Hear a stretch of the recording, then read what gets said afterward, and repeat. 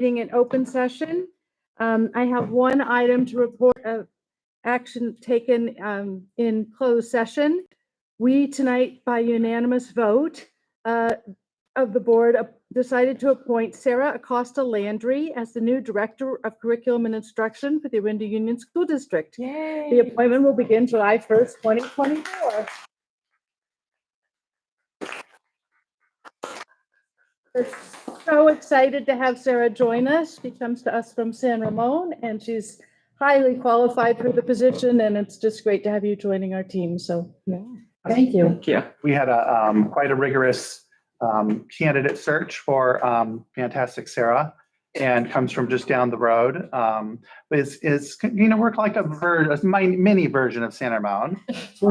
As we've talked about the lack of layers, and so we know about being in the weeds and the daily work that we do, and she's looking forward to that. She did work for a period of time in Los Gatos Union School District, which is virtually identical in size and scope and breadth to what we have here in Orinda. So we're really thrilled to begin in July, and Sarah will be starting with us.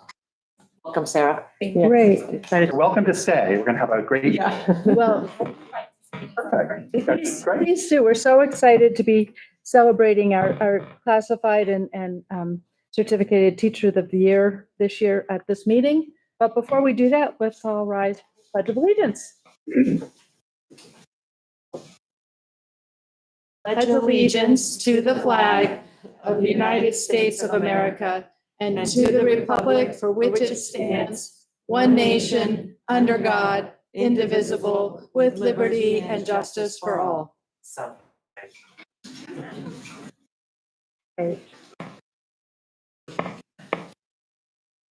So this is always such a great time to have everybody here to celebrate, and Dr. Inglesby will lead us in this item. Ignition ceremony. Okay. So thank you, President Foxy and Board of Trustees and Superintendent Libby. So I want to first say welcome to all our candidates who are here. They're all mixed in. We'll hold that. We're going to celebrate great time. And so welcome to our friends, family, and fans. I want to thank Kelly Cooper, who has helped put all this together and created the nomination process for us that we went through earlier in the year. So I can't believe we're all the way till April.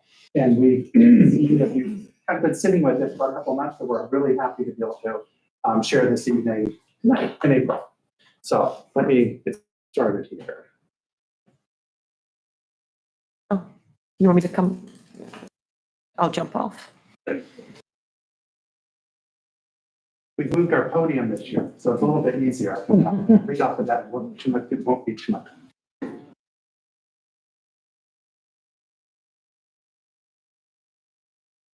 Tech support's right there.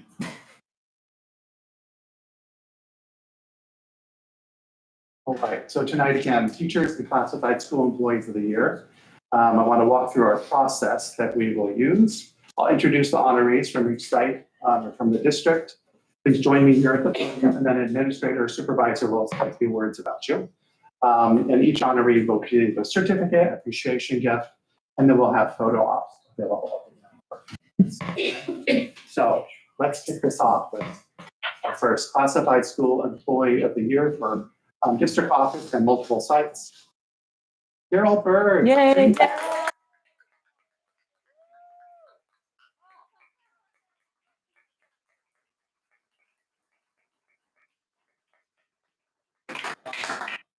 Stand next to each other here, but first of all, let me just read off a few things all about Daryl. His senior part's important. Yes, part's important, yes. So Daryl's always willing to help. He has a positive attitude no matter what he's in the middle of doing. Daryl never said no, and said he finds a way to make it happen. He's the go-to guy for solving tech issues, and his support is much appreciated. But Kevin's going to say a few words. So today I have the distinct pleasure of recognizing someone who not only excels in providing technical support here in USD, but also possesses an extraordinary gift for connecting with people. Today's, in the modern day, in school districts, technology is a linchpin, obviously, but it can be intimidating and frustrating and challenging, even for people who work in it every day. And these feelings can be compounded if you feel like your tech support is unresponsive or dismissive. And Daryl's the opposite of that. He's oftentimes our first point of contact for tech support, and he's unfailingly warm, empathetic, personable, and patient. He has this natural ability to connect with people. I mean, I think the staff who are present would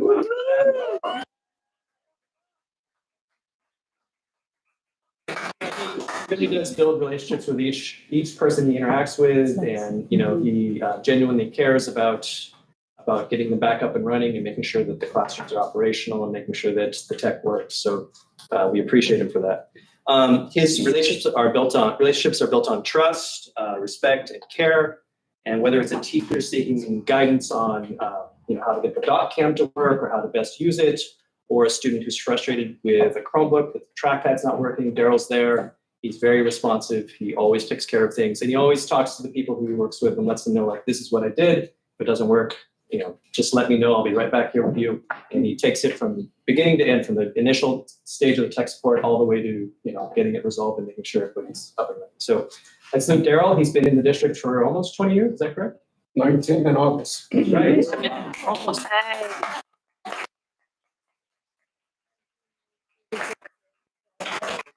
Yeah, Daryl is, it's a pretty rare thing to have, see somebody who's as personable and warm as Daryl is. You're here. You're here. Help out here. Okay. Daryl, thank you very much. Thank you. Here you go.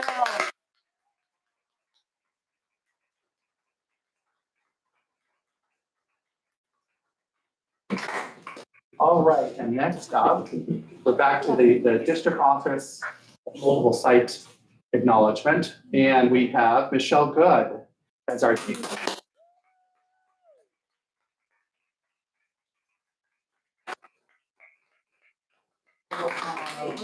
Carrie may have a few words as well. So the finance of Michelle. So all about Michelle. Michelle is very hard at, works very hard Michelle is very kind and inclusive and student-centered in all her work. She seemingly knows all the students at her schools. I put it that first team. Yeah, Michelle is always supportive and understanding and has a smile to share with everyone. She's excellent in her work, and you can tell she truly loves her job. And a few words from her. I feel really fortunate in order to kind of share on behalf of the principal colleagues, just how much we appreciate Michelle and how much she deserves this honor and recognition. We are fortunate to have students at Delray who get to work with Michelle. And as you guys know, inclusion is more than just being in a physical space. It's about that feeling of belonging. And Michelle is an educator who goes above and beyond to foster that sense of belonging for our students and their families as well over at Delray.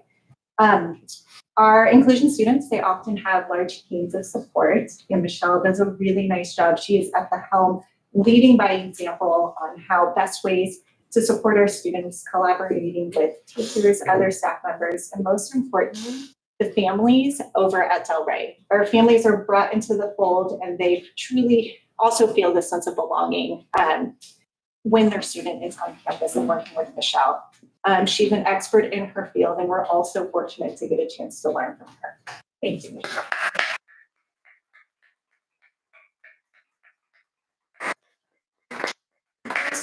From both sides. I just want to add, Michelle, I've had the privilege of working with you for 5 years.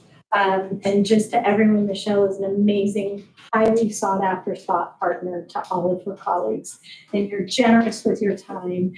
As Mabel said, you're wonderful with our students and their families. But I just appreciate and admire how you do your work with such integrity, compassion, and grace. So I'm very grateful to get to work with you. Yay.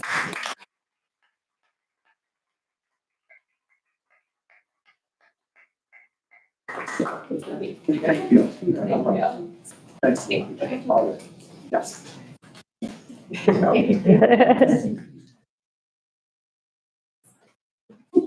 Okay. People will be staying. So our next recipients here, we're going to look at Delray Classified School and Teacher of the Year. So we have Linda Ocelli, Special Service.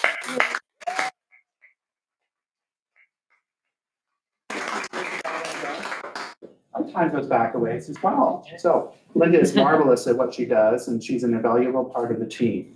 She is integral to student success. She gets to know all the teachers, she meets their needs, and she is flexible with her time and schedule. Only positive feelings are felt, and everyone helped her Mrs. O to be a part of their team. So, that's it. Linda also is one of our staff members that gets to collaborate with Michelle, and she is definitely one of our staff members who's part of our incredible special education team at Del Rey.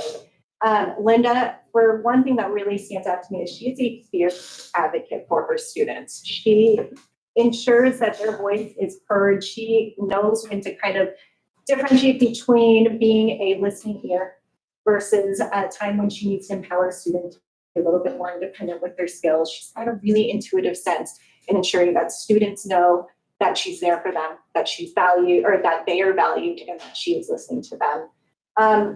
We are so fortunate to have Linda as a colleague, and we look forward to continuing all her positive contributions with our students over at Del Rey. So thank you, Linda.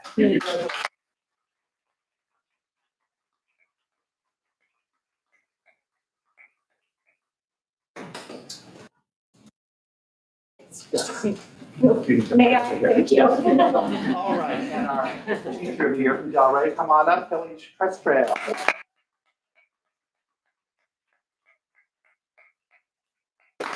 All right, a bit about Kelly. Kelly has such an incredibly positive attitude that makes learning engaging and fun for her students. Students love her. She is funny, kind, and so approachable. I learned from her classroom management style, and her positive attitude and patience is infectious. She is so fun to work with as a colleague. Kelly is a rock star.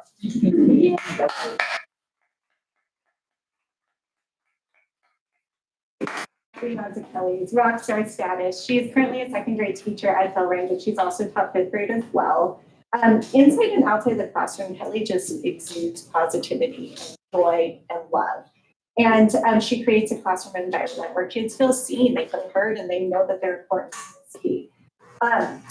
Her authentic connection with her students goes beyond the surface. She's got a real deep understanding for her students as individuals, what they need, and how to best connect with them as well. I'll often see Kelly out on the yard. She's got her little group of students around her, and it varies. And her genuine love for her students is reflected over your back and their genuine love for Kelly. And as you guys know, if you love your teacher, you're going to learn from your teacher. So I can speak with confidence that any student in Kelly's class is learning because they love her so much and they feel her love right back. In addition, Kelly's just such a reflective and collaborative partner when it comes to supporting her students and working with the Del Rey team. She is a partner to families on the learning journey for their students, and her love for Del Rey is felt in everything that she does. And Kelly, I think you know Del Rey loves you back. So congratulations.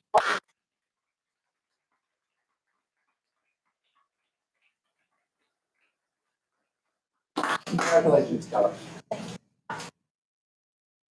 All right, and next up, Marietta, Classified Employee and Teacher of the Year. Megan.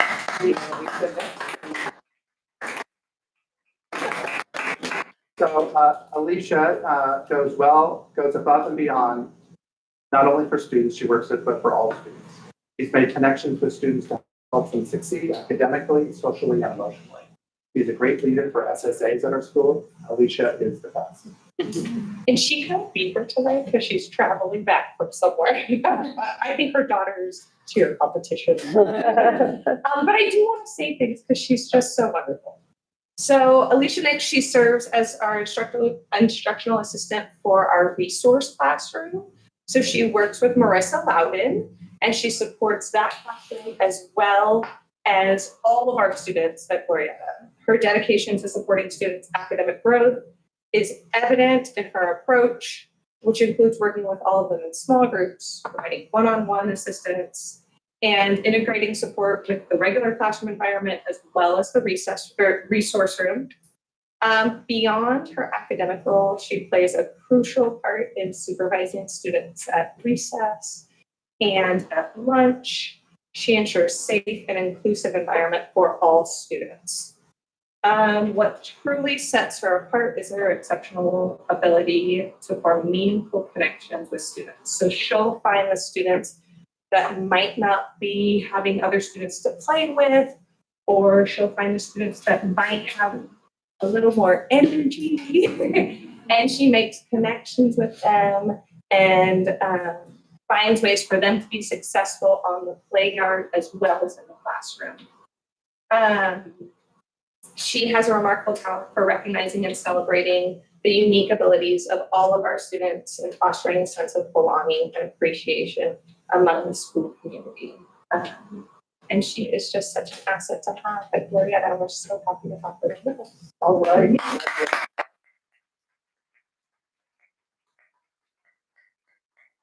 Next here, we have Heather Tarashi. Come on up, Heather.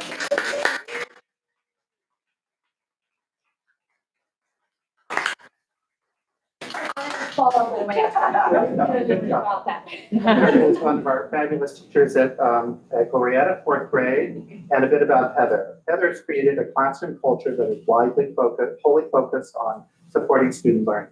She's an expert in curriculum and selfless in how she shares her knowledge and materials. Heather has developed a high level of trust and leadership among our Glorietta staff, and Heather is kind, caring, gentle, yet firm at the same time. What a great balance. And Heather is so great. And every time you see Heather, she's smiling just like this. But even if she has something that she's like, so I need some help with something. But she's always just got a great positive attitude with everything that she does. She's known by her colleagues for expertise in curriculum development and for like generously sharing her knowledge and all of the resources with her colleagues. She's always want to help, whether it be with a new teacher or with anyone else on staff. Her classroom is supportive, and it cultivates a sense of learning. There's constantly student engagement, whether they're on the carpet learning from her or they're working in groups at their tables. She makes the lessons accessible and engaging for all the students in her class, and her leadership goes beyond the classroom.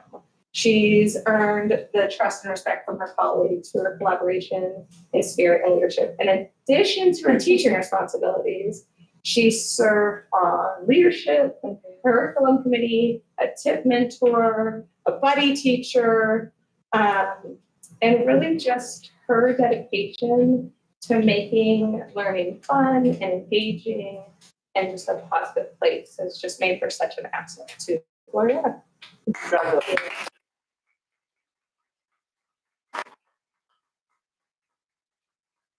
Yeah, thank you so much for All right. and not home. The next up will be Orinda Intermediate, Classified Employee and Teacher of the Year. Elaine will be joining us up here. So for our Special Services Assistant, Bill Real, can you please join us?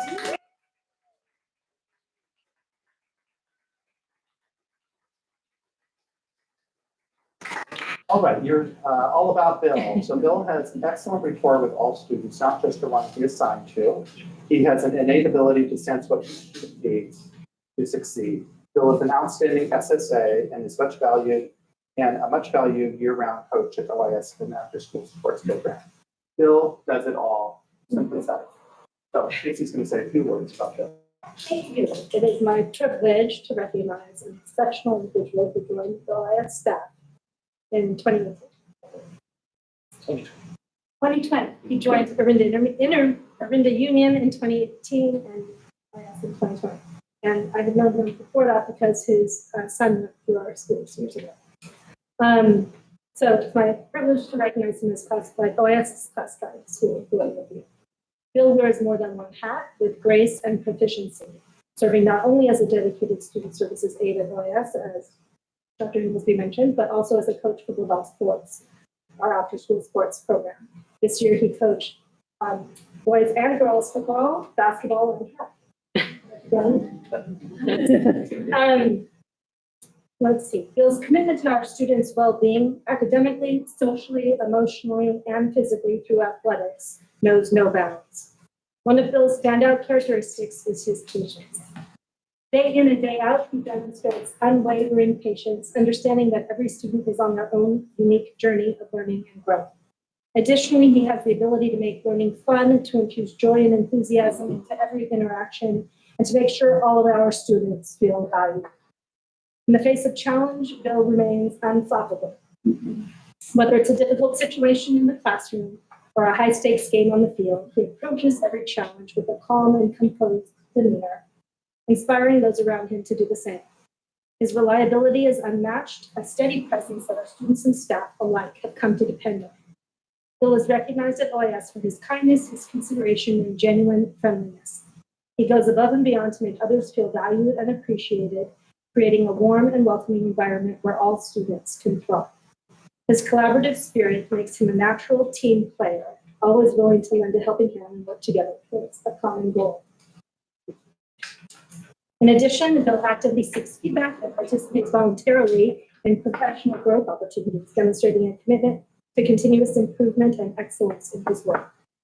So as we present the award for Classified School Employee of the Year, in addition to celebrating his achievements, I'd like to also express my deepest gratitude for his unwavering dedication, his boundless compassion, and his profound impact on the lives of all of our students. Thank you.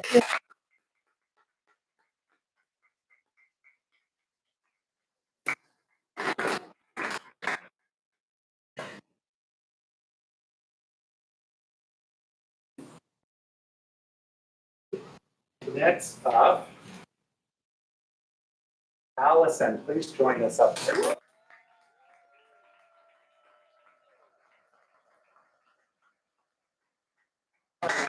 About Allison. Allison is an amazing teacher and cares about her students and that they learn at high levels.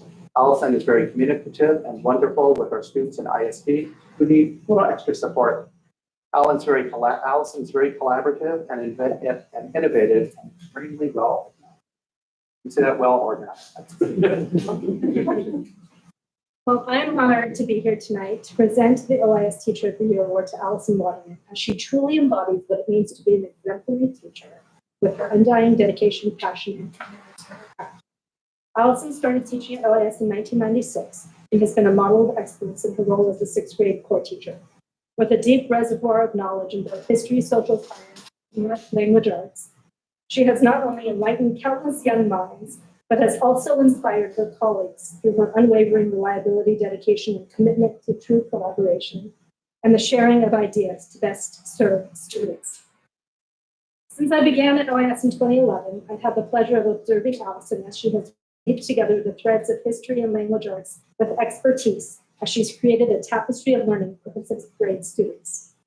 She has shared her learning as a participant with the UC Berkeley History Social Science Project and other organizations with her team over the years, not only enriching the minds of her students, but also serving as a catalyst for intellectual curiosity and academic excellence for our entire community at OIS.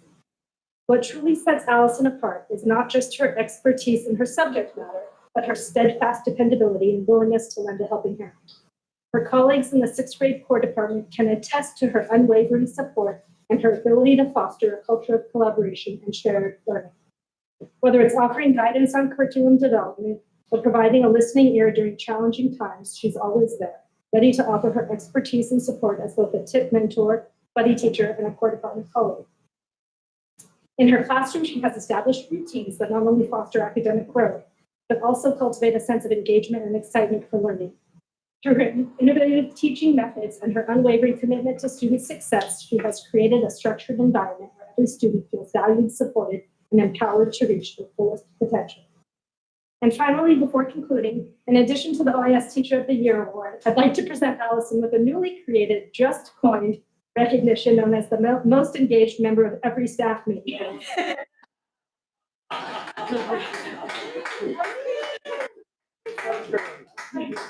We'll just call it that.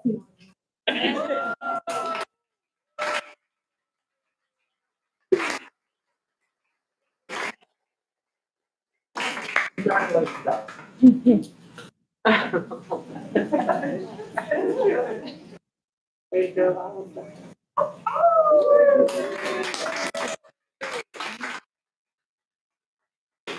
right.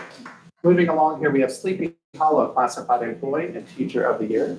Kathy Templeton will be joining me. And first up here, Joan Selden, please come on down.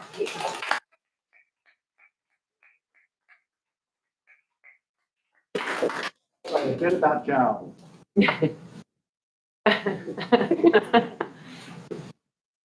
Joan is always available and truly puts children first. Joan is and always has been the glue that holds our TKK program together.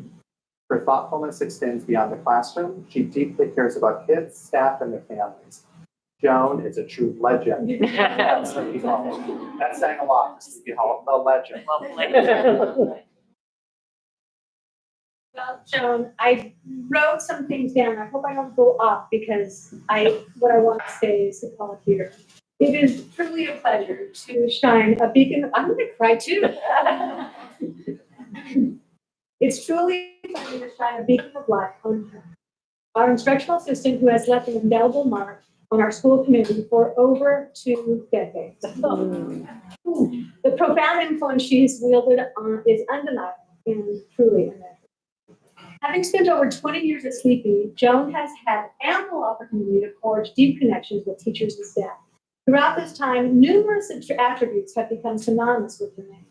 Some highlight the strong rapport that she cultivates with students, while others commend their eagerness to assist in any situation, whether it's comforting a student who has fallen, or lending a hand during transitions, or rainy day recess students. Many teachers also praise you for your exceptional organizational skills. You are so adept at planning ahead that you often anticipate and prepare projects before they're even assigned. Just notes. Joan came to Sleepy with classroom teaching experience, and boy, has that come in handy. There were many years that Joan could be found in a classroom or several classrooms, out on Yard and also at FAST. So this year, she gets to dedicate her classroom hours to TK, and then she spends lunch with first graders. TK and first graders love to share their stories with Joan, and Joan loved to listen to their stories. I mean, genuinely, sincerely, and patiently listening to everything. In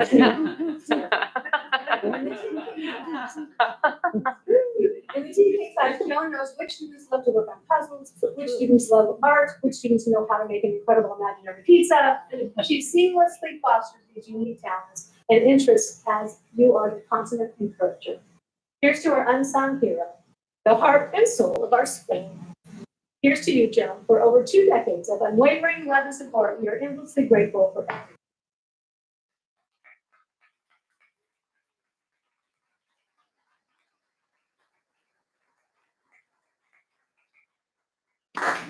Congratulations, Joan. Good job, Joan.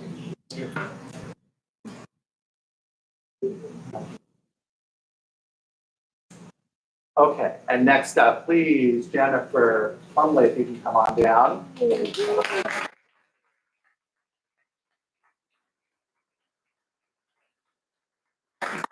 Sleepy Hollow, and a few words about Jennifer. Jennifer is a strong teacher with a genuine love for her students and a desire to always be at their best.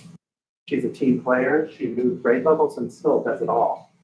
Jennifer is a great collaborator and communicator. Simply said, we love Mrs. Plumley. I'll just add on to that.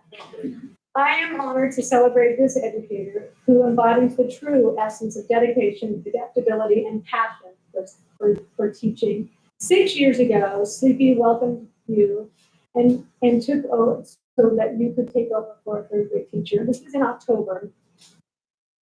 Everything was already set in motion, and Jennifer starts this new year. And can you remember that weekend? It was yesterday. A couple of girls involved, setting up bulletin boards, and perhaps a couple of dogs also. Life is skilled. By the way, I might have some references about volleyball in this speech. I don't. Like a skilled volleyball player, you navigated the twists and turns of that coming into that class in October with nothing but finesse and grace. Suffice to say, you pivot like a pro. Now, 3 years ago, when we needed to change a third grade teacher to a second grade teacher, you embraced that change and you seamlessly shifted gears to make a new grade level yours. And yet, there was a time There was a time when your room 5, needed to turn into a kindergarten room. So Jennifer, once again, took this change as an opportunity to reimagine the classroom and move into a courtroom. Like a seasoned coach, you rally your students and inspire them to work together as a team. Many of our conversations have circled around coaching, what the parallels between coaching and teaching are like. And I know many of your community circle conversations do the same. The instructional assistant assigned to Jennifer's classroom also happens to be a parent of a former student. And she actually described Jennifer as a teacher who will do anything for her kids. And your students do not hesitate to say that you put them for yourself. Your ability to capture the students' attention and leverage their interests is a definite area of strength. Students are always so happy to share their latest activity with enthusiasm anytime I walk into the classroom. Recently, they were giddy, and I mean giddy with excitement, about the alliterations they had just written. So whether through engaging lessons or creative activities, engaging math stations, heartfelt encouragement, you ensure that every student feels like a valuable player. You're also quick to share your sense of humor and your humility. I know you would rather not be standing here telling me, but you would like nothing else besides having the attention be paid to anyone else. Nonetheless, Jennifer, you deserve this inspiration because you are our inspiration. Thank you for that. Right.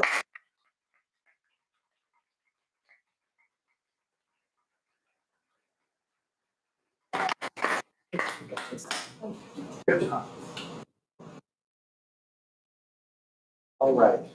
Next up, we are moving on to Wagner Ranch Classified Employee and Teacher of the Year. So Faustina Dolan, please come on up.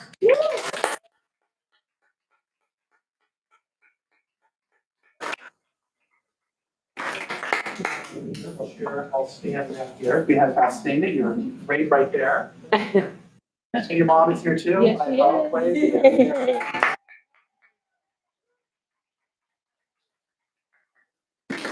So a few words about Faustina, and then Kiva Ho will say some additional words. So all about Faustina. Faustina has the energy, enthusiasm, and leadership needed to make our program serve families beautifully.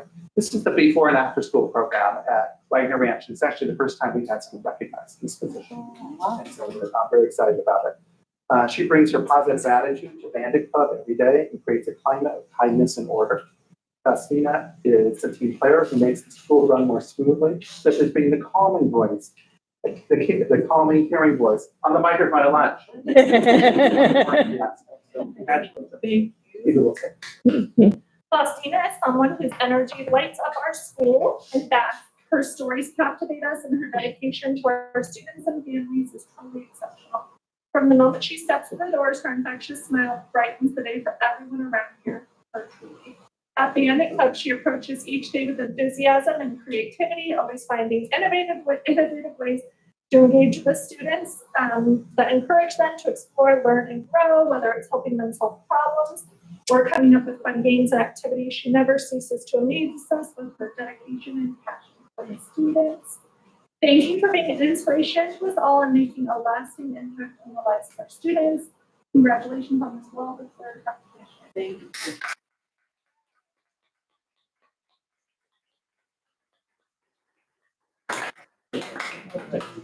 And the reason I mentioned Faustina's mother, because Mary Dolan was in our district for many years.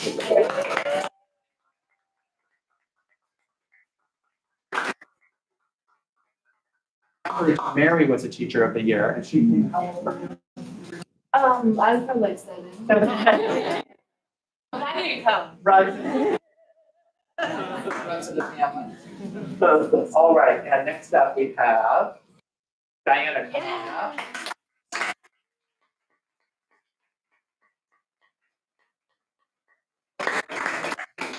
All right. Diana Burns is a kindergarten teacher at Wagner Ranch, and Diana is a great teacher who cares deeply about her students. It's wonderful to watch a teacher who loves her vocation.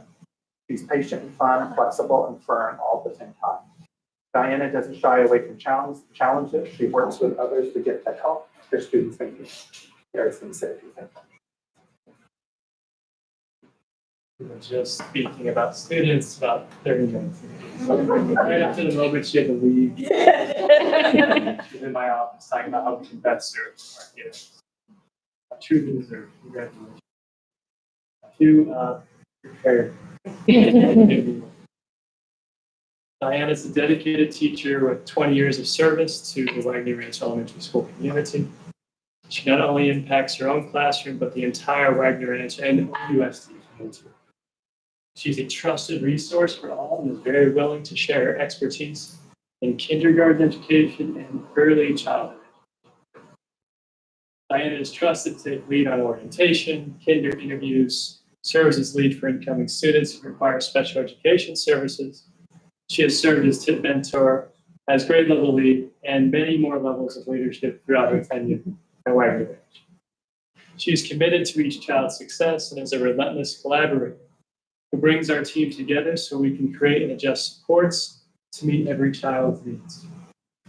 She has become a cornerstone and bedrock of our kinder team, and she has impacted year after year of Wagner youth. In fact, I have witnessed a transformational impact on students this year as Diana teaches my own child. Because she has taught how to. And we'll be forever indebted. Further, she was the kinder teacher of our classified employee of the year. She taught Bussy. So the connections woman. Oh. You will never know how many lives you have touched, but know that you've made a difference for so many at our school community. Congratulations.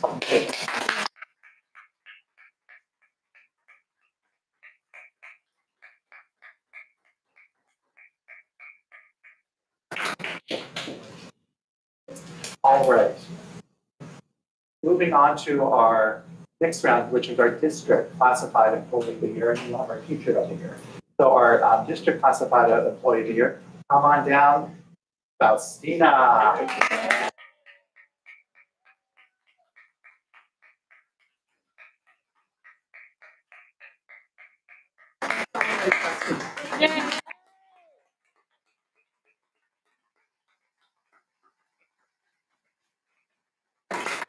think you did pretty well here. All right, and our teacher of the year, Michelle Good.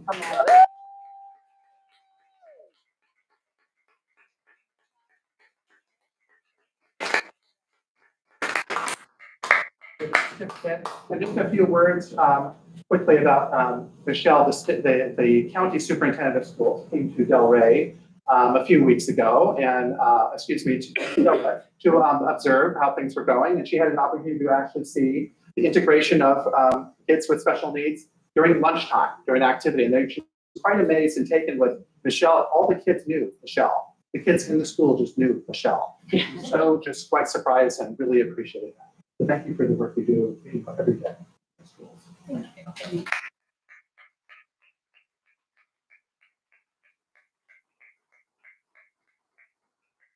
There's one last thing here. Congratulations to all of you. This concludes our program. And we want to thank you for Yes.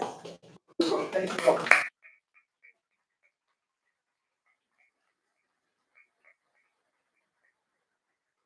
Board members have anything they'd like to say before we recess to have a few pictures taken? And Just congratulations to everyone.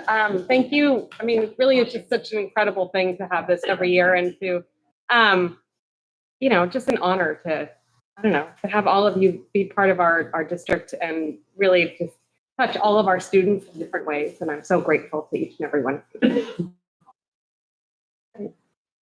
well, we're so excited that you're all here, and we'd like to take a short recess so that we can take some pictures and acknowledge and meet your families. And we're just really grateful that you could all be here tonight. So thank you, and we'll take 10 minutes and appreciate all of the amazing teaching and learning that's been going on in our schools. So thank you.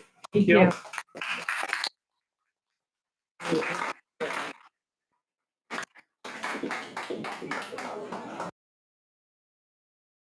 I think we should try to reconvene.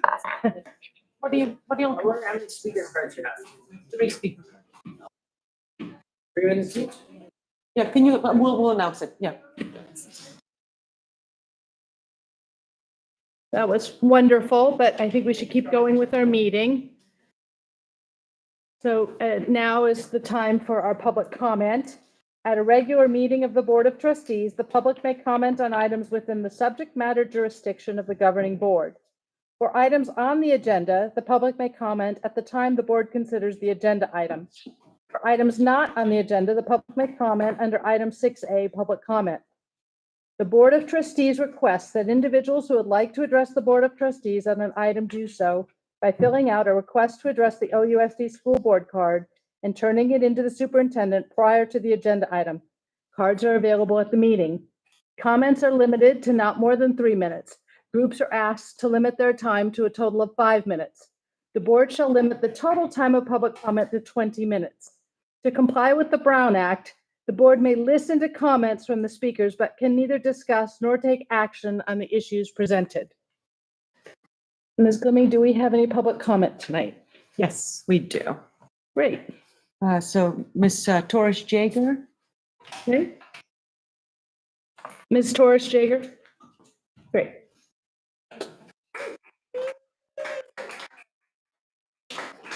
Good evening, everyone. I'm so proud of all the people that were honored this evening. You can see why this school district is so incredible.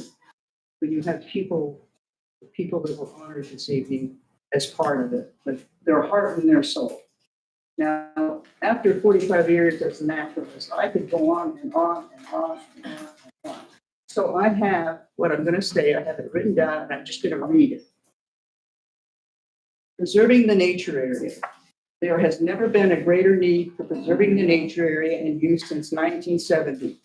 We preserve it for some 12,000 students, their teachers, parents, and the community. We make sure this generation and future generations can experience this cherished place.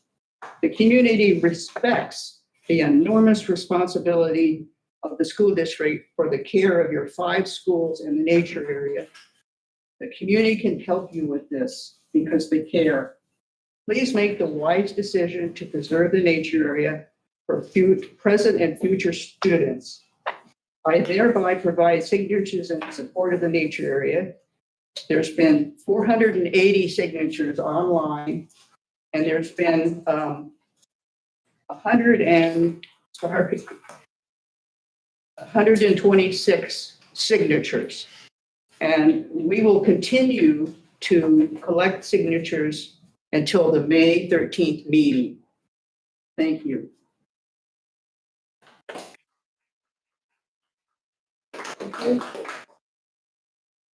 Next, we have Josephine Sabaralbo.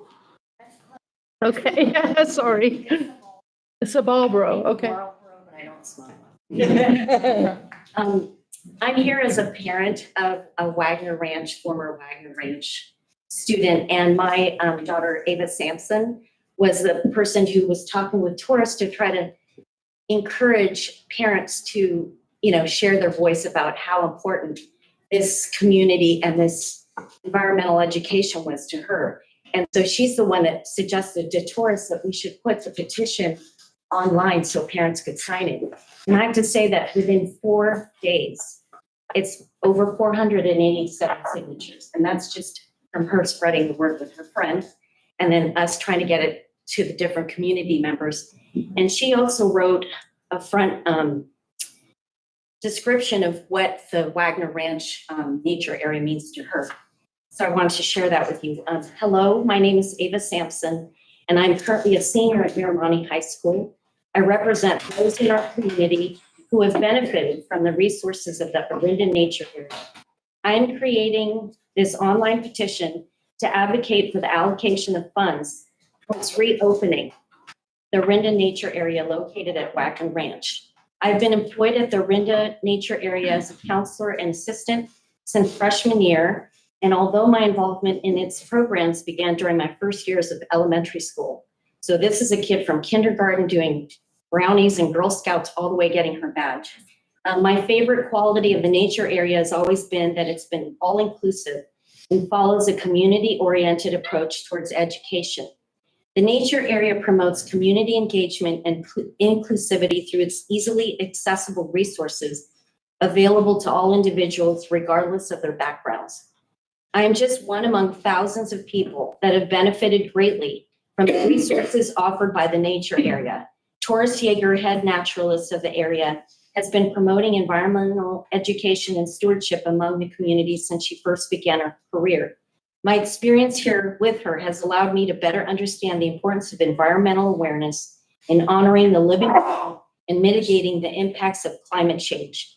Additionally, working here as a role model for other children and counselors in training has provided me with lifelong leadership skills that have been vital toward my success.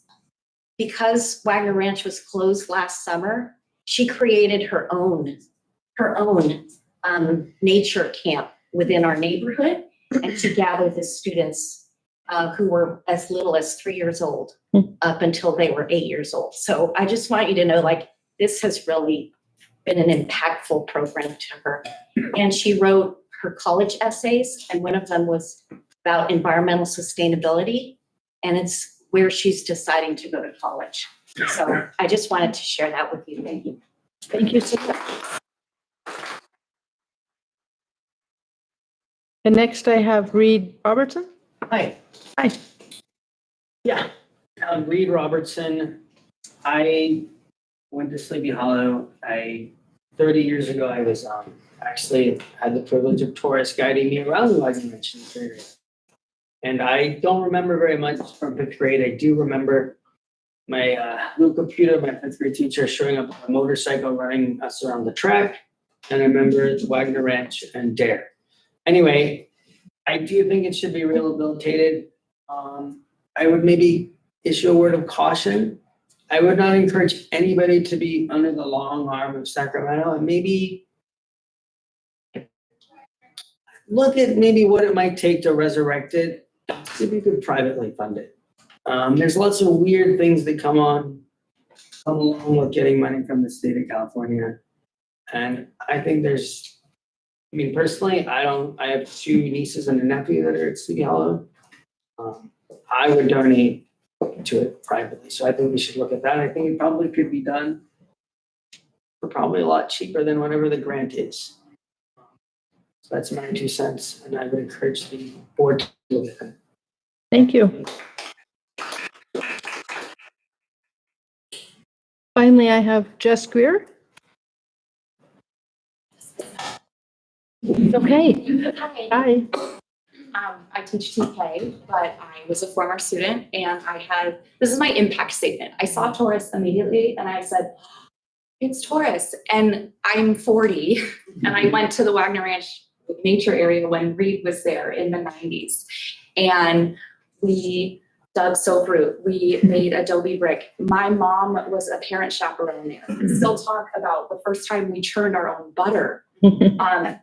And also, I didn't ever realize until we carved our own leather that when you carve it in the shape of the square, it will make a very long rope, not just a strip. And those are things that have stuck with me. And one of the things I think that as an educator who wanted to come back to an incredible place like this are those experiences that we have that are in my heart. This was not planned. I saw Taurus and my heart was soaring. And I thought it is a wonderful thing that this district and community has to offer. So I hope that we can continue to do that for the future kids. Thank you.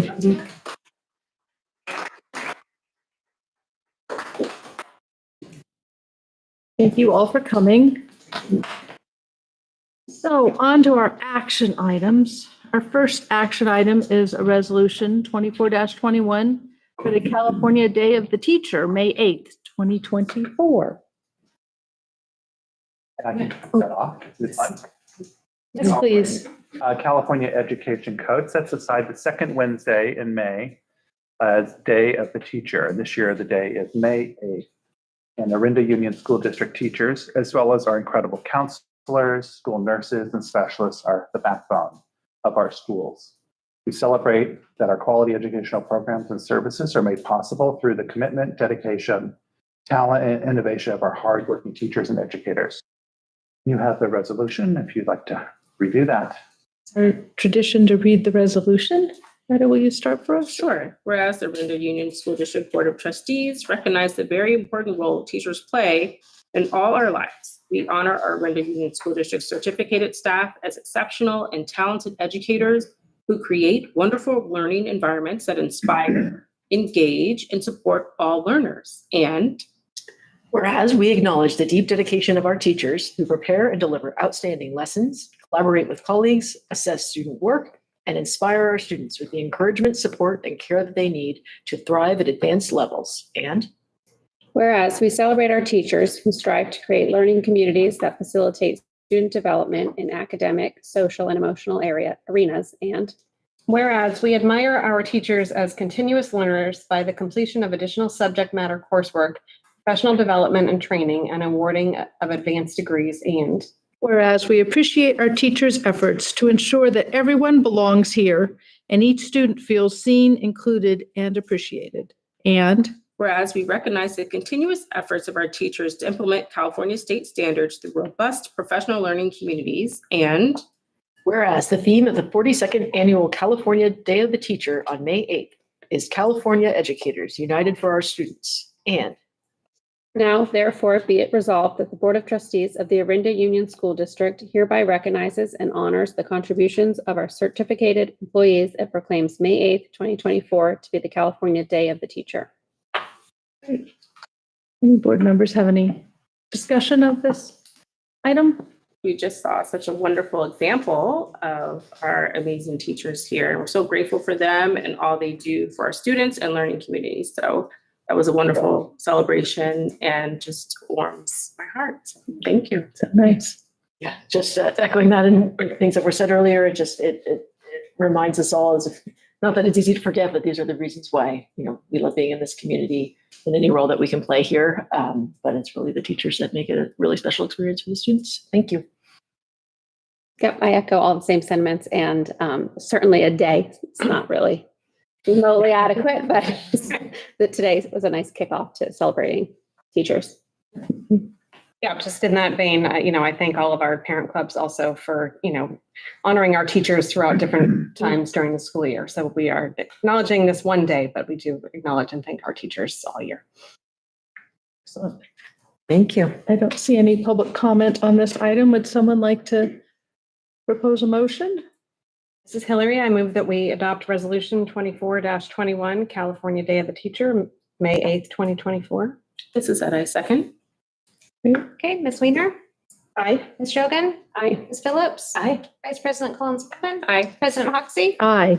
Motion carries. Wonderful. Thank you all, and thank you, Brian, for bringing this to us. All right, next we have Resolution 24-22, the Classified School Employee Week, May 19th to 25th, 2024. As with our season of celebrations, the California Legislature recognizes significant contributions of classified school employees and is named third full week of May as Classified School Employees Week to honor our dedicated employees. Classified school employees play a vital role in ensuring the well-being of our district and provide invaluable support for student learning while helping to create a positive, productive, and safe school environment for all. Wonderful. Do we read this resolution as well, Retta? Okay. Whereas the Orinda Union School District Board of Trustees recognizes that our classified school employees are vital in supporting the education and well-being of all of our students. And whereas our dedicated classified school employees work every day alongside their certificated colleagues to ensure our students receive the best education possible. And whereas our classified school employees demonstrate compassion, skill, knowledge, creativity, tenacity, and patience in carrying out their responsibilities across their respective roles and work environments. And whereas our classified school employees deserve widespread recognition and gratitude for their outstanding performance and commitment to the students and staff within Orinda USD. And whereas the Board of Trustees appreciates all of our classified school employees' efforts to ensure that everyone belongs here and that our students feel included, valued, and appreciated. And now, therefore, be it resolved that the Orinda Union School District Board of Trustees declares May 19th through the 25th, 2024 as Classified School Employee Week. Wonderful. Again, anyone have any thoughts or comments? A week is better than a day. That's But no, these are also incredibly important people to our kids. I can say that certainly. Very much so. Mine and firsthand knowledge. So thanks to all those for the incredible work that they do for our schools and the community. Definitely a team effort. Definitely. And again, I see no public comment on this item. So There's no public comment. would someone like to make a motion that we adopt resolution 24-22? This is Hillary. I move that we adopt resolution 24-22, classified school employee week, May 19 through 25, 2024. This is Eve. I second. Ms. Weiner? Aye. Ms. Shogun? Aye. Ms. Phillips? Aye. Vice President Collins Coleman? Aye. President Hoxie? Aye. Motion carries. Wonderful. And thank you again to all of our classified and certificated teachers and aides and everyone who works in our schools. Really make all the difference to each of our students. Okay, on to action item C, approval and ratification of the tentative agreement for 2023-2024 between the Orinda Education Association and the Orinda Union School District. And again, Brian, the present. On Okay. March 20th of this year, Orinda Union School District and OEA signed a tentative agreement for the current year 23-24. We're very excited about this. The tentative agreement includes a 6% ongoing increase to certificated salary schedules, retroactive to January 1st, 2024, with additional items as listed on the agenda. And OEA members ratified the tentative agreement with very strong support, March 31st, 2024.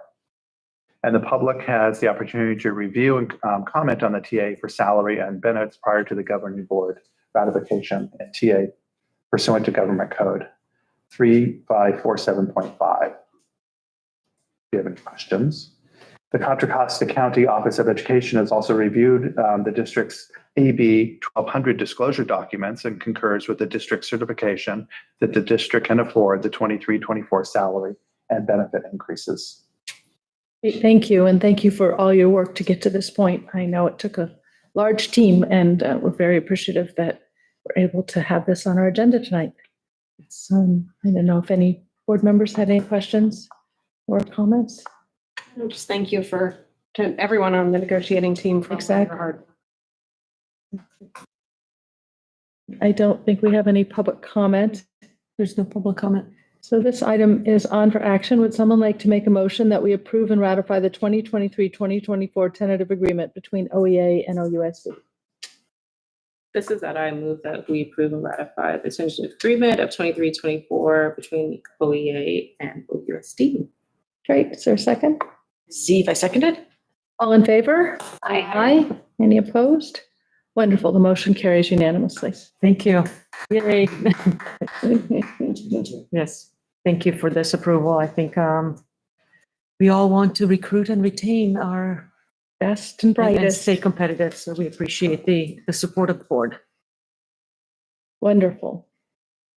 Right. This is not a Brian item. No, it's the Easy Child Contract for BAS program registration. I think this was something that was on our agenda last month that we pulled so we could have a better discussion about it. And I have that Kiva will present. Yeah, I'll start. And Kiva's actually just here if there's any questions. Okay, thank you. But so BASC program uses a registration software and check-in software, kind of a child management software when it comes to students that are in the before and after school care. We've been looking at using an improved software that offers some more services to what we're having right now. And this was a recommendation of our BASC steering committee as well, that we are hoping to find something that has a few more options and then maybe make the lives of our BASC school leaders a little easier and things a little more streamlined for the parents as well. So Kiva, our director of BASC, went ahead and with all the recommendations and searched for the options and came down to two, and then evaluations actually came down to this recommendation of Easy Child. I didn't have the answers last week on the questions. I think one of the main ones was, can the parents still use mobile to check in? And I think some of that because right now the current current check-in sets up a geofencing so that a parent can, for example, check out their child from a car or while they're on a property. But most other softwares don't allow that. They actually have the parent, for safety reasons, come into the BASC and actually check out a child while they're there. But what Easy Child allows is, QR codes posted. You can still do it mobile, but you have to be there. So we hope to have iPads and different QR codes and so on. So I don't know if there are questions. Kiva is here to answer. We did discuss this after the last board meeting at the BASC steering committee to make sure we talk through it. So I don't know if the board had any questions. I don't know, Evie. Yeah, no questions for me. I just want to thank Kiva and the rest of the team because I was one that pulled it and just want to make sure we had a little more time to talk about it because there is a lot of interaction with the community as people are checking in and out their kids and just a chance to see if there are any other questions beyond my own to see how all this would work. But on a deeper dive, it does seem like it will help a lot on the registration process and many of the things that we want to do moving forward with BASC. So excited to see this in place and hopefully will lead to smoother processes for everything all around. So excited to move forward. Yeah, as a user of the current, I'm looking forward to this what you do with you can attest as well. So I'm excited about the new program. So thank you, Kiva, for all the work you did to get us here. Okay. I don't see any public comment. No public No comment. public. So would someone like to make a motion to approve the contract for Easy Child for BASC program registration? This is Hillary. I move that we approve the Easy Child contract for BASC program registration. A second. All in favor? Aye. Any opposed? Wonderful. The motion carries. Thank you. And next, we're on to E, the food service management company provider. Yes. Very exciting. So, one moment here. The frozen computer. Yeah, there we go. All right. Okay, so just a preamble. We're not doing a full food service presentation this evening. This is just about a selection of a vendor for the 24-25 school year. So I just wanted to say that. Actually, with BASC and food service, we've had very active steering committees. So we do actually hope to bring those again in fall as they are now becoming annual reports, BASC and food service. But tonight is, unless the board wants it sooner, but tonight is just about the actual provider selection.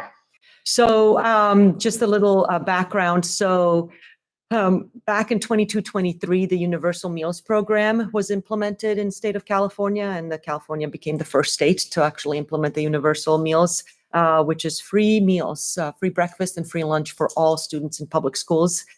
Since then, there's many, many more states that have started this program, but this was ours 2 years ago. And with that, OUSD had to join the federal breakfast and lunch program. So for that school year, prior to that, this was run by parent clubs. And for the 22-23 school year, we issued an RFP or request for proposal to look for a contract for vendors. I think at the time we had 4 vendors apply and we selected and awarded a contract to Sodexo for the 5 schools. It was a 1-year contract that based on a board recommendation during our presentations, we actually restructured the contract to allow for a little more flexibility in what food we can have. So keeping the pricing of the staff consistent. So that's why there was another contract or RFP issued for the 23-24 school year.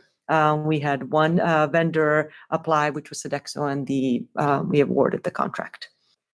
Based on the work of the steering committee and the recommendation, and we presented it to the board as well, we wanted to continue looking at ways to improve what we offer, the food service offerings in Orinda. We continue to get feedback, and while we have steadily seen some improvements, not at the rate that we are expecting it to see, so we wanted to restructure yet another RFP, so now 3rd year in a row. So we issued a request for proposal based on our recommendation. The template, the request for proposal is probably the most regulated template you could have. And it comes very clearly out of the CDE with very little wiggle room on what can be out there when we're looking for proposals. We really, Mika and I met actually several times with the representative of the CDE who scrutinized our timelines, made us adjust it, scrutinized our rubric, made us adjust it, and so on until it was approved and we issued the proposal. So everything has been, all how we ran the process was tightly monitored and approved by the state.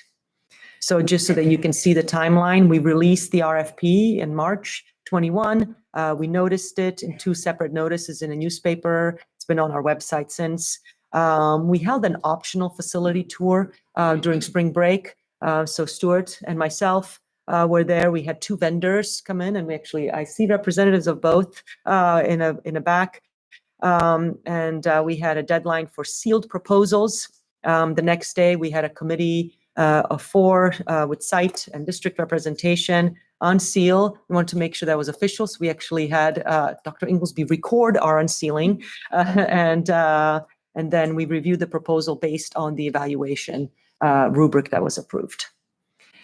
And here we are. So as I mentioned, the proposal were reviewed, staff based on the approved evaluation rubric.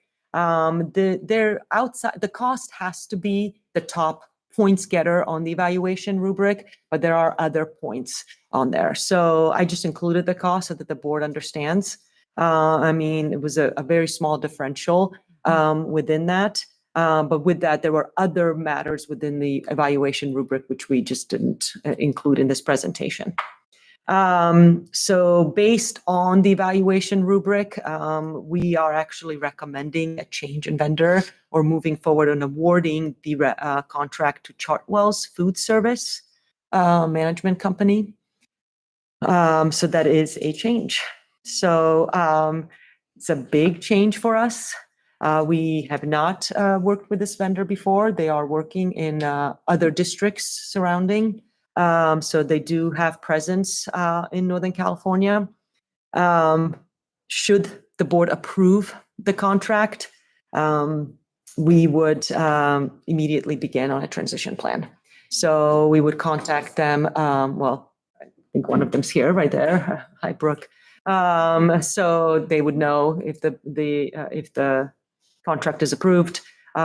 We would start working with Sodexo. We've already informed them last week of this recommendation. They've said that they would want to work with us collaboratively on a transition out and working on what does that look like to a full shift. So how do we onboard Chartwells during the summer and the fall? We do want to upgrade some of the facilities, and we have the funding within our cafeteria fund to do so. So it would not be going out of the general fund in any way. So what can we do within the summer upgrades that we can do that are equipment wise within the facility so we can get started on a successful start. And then we want to continue with our food service steering committee. We actually have our last meeting scheduled already for this Thursday. And then possibly continue them on for the next year as an advisory board to kind of the transition and so on. I did have a question relating to what the equipment improvements, what is anticipated as part of this contract? So even in the contract itself, there were suggestions which were not new to us. It's what we've been talking about even with with Sodexo and ourselves internally. OIS is the biggest facility need because it was a former classroom that was turned into the room. There's needs for ovens in there and warmers and just how the flow of the room works. So I think dishwashers are needed. So that's the biggest need. And I think we do actually have the funds to do that. The issue is, can we upgrade the electrical in time to do all that and plumbing? I think Del Rey facility needs probably a full examination. That's something that I would assume we would have to look with an architect because of the fire and so on. Yeah. But they need, there's a lot of really old equipment. Well, there's needs at all of our school sites. There's needs at all of the school sites, but those are probably the top 2 right away. The proposal actually includes some suggestions because during the tour, there were picture taken, questions asked. Luckily, Stuart is there to be able to So there are some actually already suggestions of what can, kind of a tiered systems. Here's what you can do immediately. Here's the next level, and so on. We could fund with the profits that has been made over the last year and two. How much do we have in profits? There's like 700,000 in the account over the last 2 years. How realistic is it to get things done, maybe over the summer, or what, is there a Well, timeline? the equipment can be purchased over the summer. The upgrades in like the electrical and flooring, I mean, that probably a next phase. Mhm.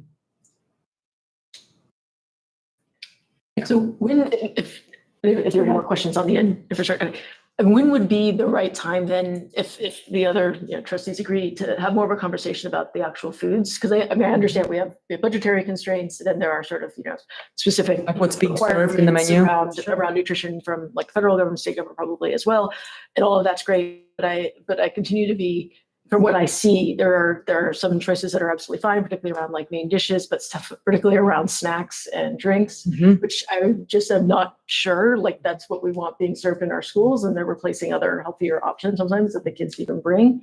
So I just, when there's like similar cost alternatives that are much healthier, I would just love to be able to have, I don't know if others agree, but I would be able to have that conversation with the vendor so that they can know what it is, whatever this group decides. So really the community menu. wants them to have, yeah, specifically the menu. So I'm hoping that we would have the vendor actually be in front of the steering committee so they can hear it from them directly and look at like our LCAP input. There's a lot of food input in there. So can they meet with the groups of kids? Can they meet with the groups of parents? If there's, say they do, they say right, they so if listen there's first. another, I mean, Hillary's on the steering, but if there's another, and we can actually create sort of a transition. One thing I I'd just love to, we can have another board member join. We only have one. And I guess maybe that's me volunteering, but I would say that the other thing is I just want to be careful that we're also not overly incenting the vendor to get lots and lots of kids to take the food, because I think that has, negative incentives for the kids, for the quality, or, I should say for the healthiness of the food. I think the steering committee has, because we've toured so many different school sites and we've seen so many different programs, I think we've kind of pulled together a lot of good information about what we'd like to see here in our schools. So I think that hopefully we can have some sort of conversation with. And maybe that's the better approved, and I avenue. think that would be a Okay. good way to start the conversation. Yeah. Because there's certainly differences at some of the school sites that. Yeah, and I totally admit there's probably differences amongst the community, even in what we think is the right thing. And that's why I just want to make sure there's an avenue to have that conversation, because I'm just worried from what I Well, see. and like, anytime you have change, that's a good opportunity to. Yeah. And one of the things in this particular proposal is that there were two options to select. So with the chef or no chef for the district. And the proposal, the one that is connected is with the chef. So that is actually a menu creator. What kind of food are we serving? What are we doing? And in some of the reference calls, those were the questions of how responsive are you? And the responses is that they are. One question I had is, it says they'll have 15 versus 12 frontline staff, but will they have a captain at each location that will be, sort of responsible? Yeah, sure. I don't, I'm not sure quite how that structure works. I don't know. Yes. Can we address, is that okay to? Yeah, Okay, that's Brooke, can you ask a question? How that works usually at a school site? Is there a person in charge per school site, like a lead? Yeah, you can come up. Come on up, Brooke. Thank you.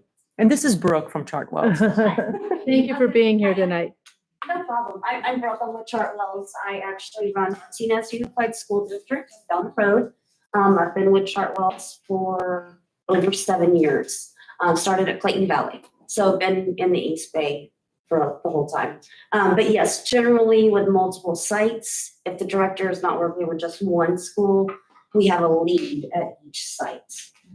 So it's like your kitchen manager that will report to us. We'll give them the correct recipes, whatever they need for the day, go through their ordering with them, make sure their PARs are set, talk to them about what their kids are liking and not liking, what we should menu and not menu, those things. So we very much get involved with the students, staff, the parents, PTA, all that. So absolutely. Did that answer the question? And what, I was just gonna say, we currently have people working in the kitchens. I assume you have your own staff that will be coming in? Yes. Okay. So we'll Part of the be able transition. to, should we approve this, say in the fall, have another presentation Yes, of we how can things are start that up, going? absolutely. Okay, great, that would be Yes. helpful. Yeah, and we can work on when that scheduling is with Ida and Cara. That's board and vice, yeah. Yeah. I had similar thoughts to Eve, so I think that's a separate conversation for later, not for right now. But I would like to come back to that because I think also that's something that's come up is the food waste because of the federal regulations and then just leaving food that no one really wants to take. And so a way to make it more appealing but still healthy or get those options actually served. And it just that has come up multiple times since this program went into place. So I think back to that would be good. Yeah. I think it is a really good conversation to have because I'll just use an example of like us at a committee we were discussing between the site administrator and us. I'm like, I love our salad bars. And the person said, but like the kids don't eat the salad bar or they take it and then you can't reuse it. The single packaged ones are actually, you can reuse that. So it's not so much food waste. I'm like, but the salad bar is so much more appealing. Yeah, but the children are not eating it. And then it's like they're grabbing it and then you can't reuse a salad with dressing. So it's just tons of food waste. So it's just kind of actually hearing from individual, Or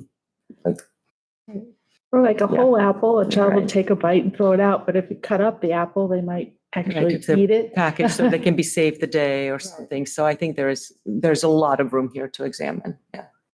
My second, more for this evening, I know the steering committee did a bunch of work and I trust all their vetting, so I start with that. Appreciate that. With what we have provided here tonight, I can see the price, the cost is slightly lower with Chartwell's, but what are the other big advantages? I did read through the contract, but to switching vendors, either from the steering committee, what came out of that, or just the high points or benefits to them. I think without going into like every detail of the rubric, which I don't have in front of me, the big piece was the menu that was presented to us was, well, that wasn't in the evaluation, but I'll just talk about that, is there is a different menu here that's very clear between middle school and elementary school. Then the batch cooking, which we've talked about quite a bit so that you don't have old food by the fourth grade. They're the ones that are eating the food last. The amount of flexibility allowed in kind of when you get feedback, how much change can there be? How instant can there be a change? Our own, sort of it's our, the chef that's be responsive, that's creating the recipes to our own. We did try out, the steering committee visited multiple schools. It is food that's at the school, but there was a different feeling. I think the proposals, we saw pictures of real food. I actually think I saw a picture of Brooke. I saw. You're proposing. So- I was like, there you are, there you are. So we saw real food served. So I think there's I'm not trying to be disparaging to the other vendor. I think there's a desire to try something different, because we've worked under 2 years of just not a fast enough progress. Right, and hearing so many people who are dissatisfied. Yeah. Thank you for that. I think, and then somewhat related to what I was previously saying, I think the other thing that's come out in the last 2 years multiple times is the quality of ingredients and how they're sourced and where they're coming from, and is there negotiation around, where the bread's sourced from or the milk, or to be nutritious and appealing while also, sticking to the budget. I know that's difficult, but when this does get kicked off, if we were to approve it tonight, I think that should be an immediate part of the conversation rather than a down the road conversation. Mm-hmm. Absolutely. And I know I noticed in the contracts that it's a different vendor where they're sourcing their food from, but I can't speak to the details of it. So I know. Yeah, and I read that and noted that it was a large company, right? So pricing conceivably is better because it's correct. a higher volume. Sure. Yeah. So our food vendors, we use Food Buy, which is, we have just best buying power across the country. But locally, we use Bimbo's local bakery, so we get fresh bread every week. We use Vesta Food Service, and they source from a lot of local farmers and vendors. We use your commodities dollars and put your DOD money to work, which is all West Coast farmers. So it's going to be seasonal products that are coming through, the freshest ingredients there. And then we use Cisco as our broadline distributor. So as far as farming goes and going back to the community, it's generally all West Coast. I mean, if you see a banana, it's not going to be right. But yeah, we buy American. We try to stay as local and sustainable as possible. Thank you. Anyone have any other thoughts or questions? I just appreciate the steering committee and the work that Yeah, you it's been a did really to great committee. to make Really different decisions. Absolutely. Great individuals that have been part of that. Highly knowledgeable in this department. Yeah. Oh, and it's wonderful to finally have it. But with an RFP, but So I assume that through the RFP process, Chartwell's had the most points in that. yes, Okay. I just want to make sure that yes. we're And we allowed just to. follow the evaluation rubric, correct? Okay. Yeah. Great. Is there any public comment on this There's item? no public comment. Okay, great. Would someone like to make a motion? This is Hillary. I move that we approve Chartwell's as the food services management company for the 24-25 school year. This is Etta, I second. All in favor? Aye. Any opposed? Wonderful. The motion carries. Okay, Thank you. very And much. thank you, Brooke, for coming. Thank you. Great. Okay. I think we're all excited. So our final action item is a proposal for mobile modular for the Bass portables at Sleepy Hollow. Okay, at the January 29th, 2024 Board of Trustees Special Board meeting, the recommendation to install 2 large portable buildings in the upper lot at Sleepy Hollow to accommodate the needs for and after school programs was approved. This proposal in the amount of $106,925.03 is to provide and place these 2 buildings. We recommend approving this. Right. Okay. And I assume they're of the size to accommodate our students with the bathrooms and all the things we need. They're the same as the Del Rey. They're similar to Del Rey. In order to get them placed at the beginning of the summer to get that stuff, and we did take out some of the cabinets, the things that are going in the kitchen. The mobile modular is going to provide the rough plumbing.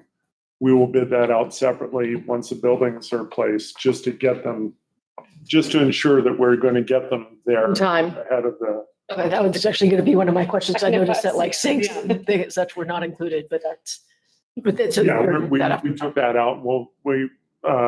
The senses and talking to our construction partners that we're hoping to do that with our CUPCA bid limits, which would make it a much more streamlined process to get in and get it done. I feel pretty comfortable with that. Great. That was my question right here, yeah. First of all, I was like, well, don't we need some kind of hot water and some electrical that can handle like a refrigerator or something in that space? So what is the plan there? Oh, there's going to be a So dedicated. there will be a kitchen of sorts. Yes. Okay.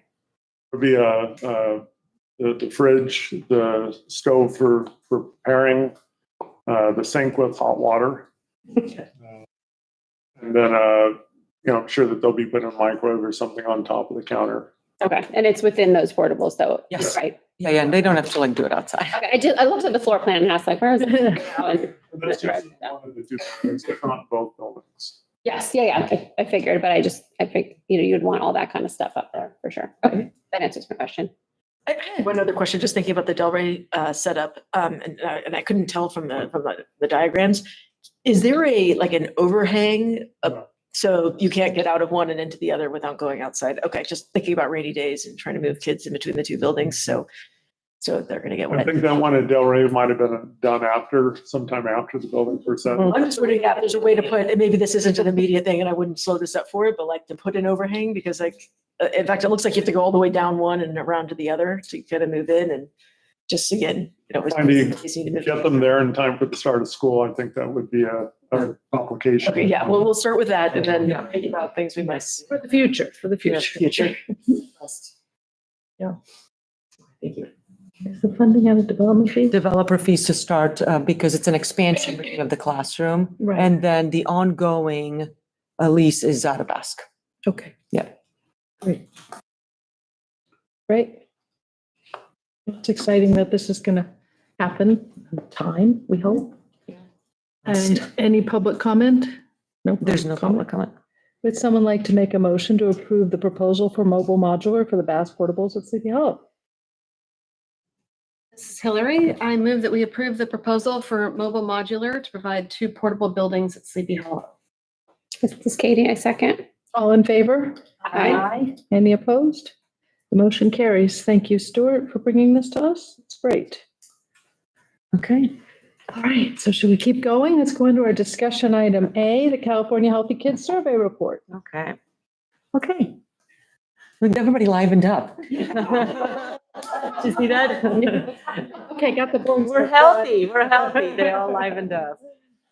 Well, I'm excited to present the California Healthy Kids Survey and some results, trends, and some next steps. So just an overview of what we'll talk about this evening. Just a little bit of what the California Healthy Kids Survey is. Who do we administer it to? And then how many of our students participated? And then we'll get into a little bit of a longitudinal data and specifically our results for this year, our overall trends noticing, and some next steps.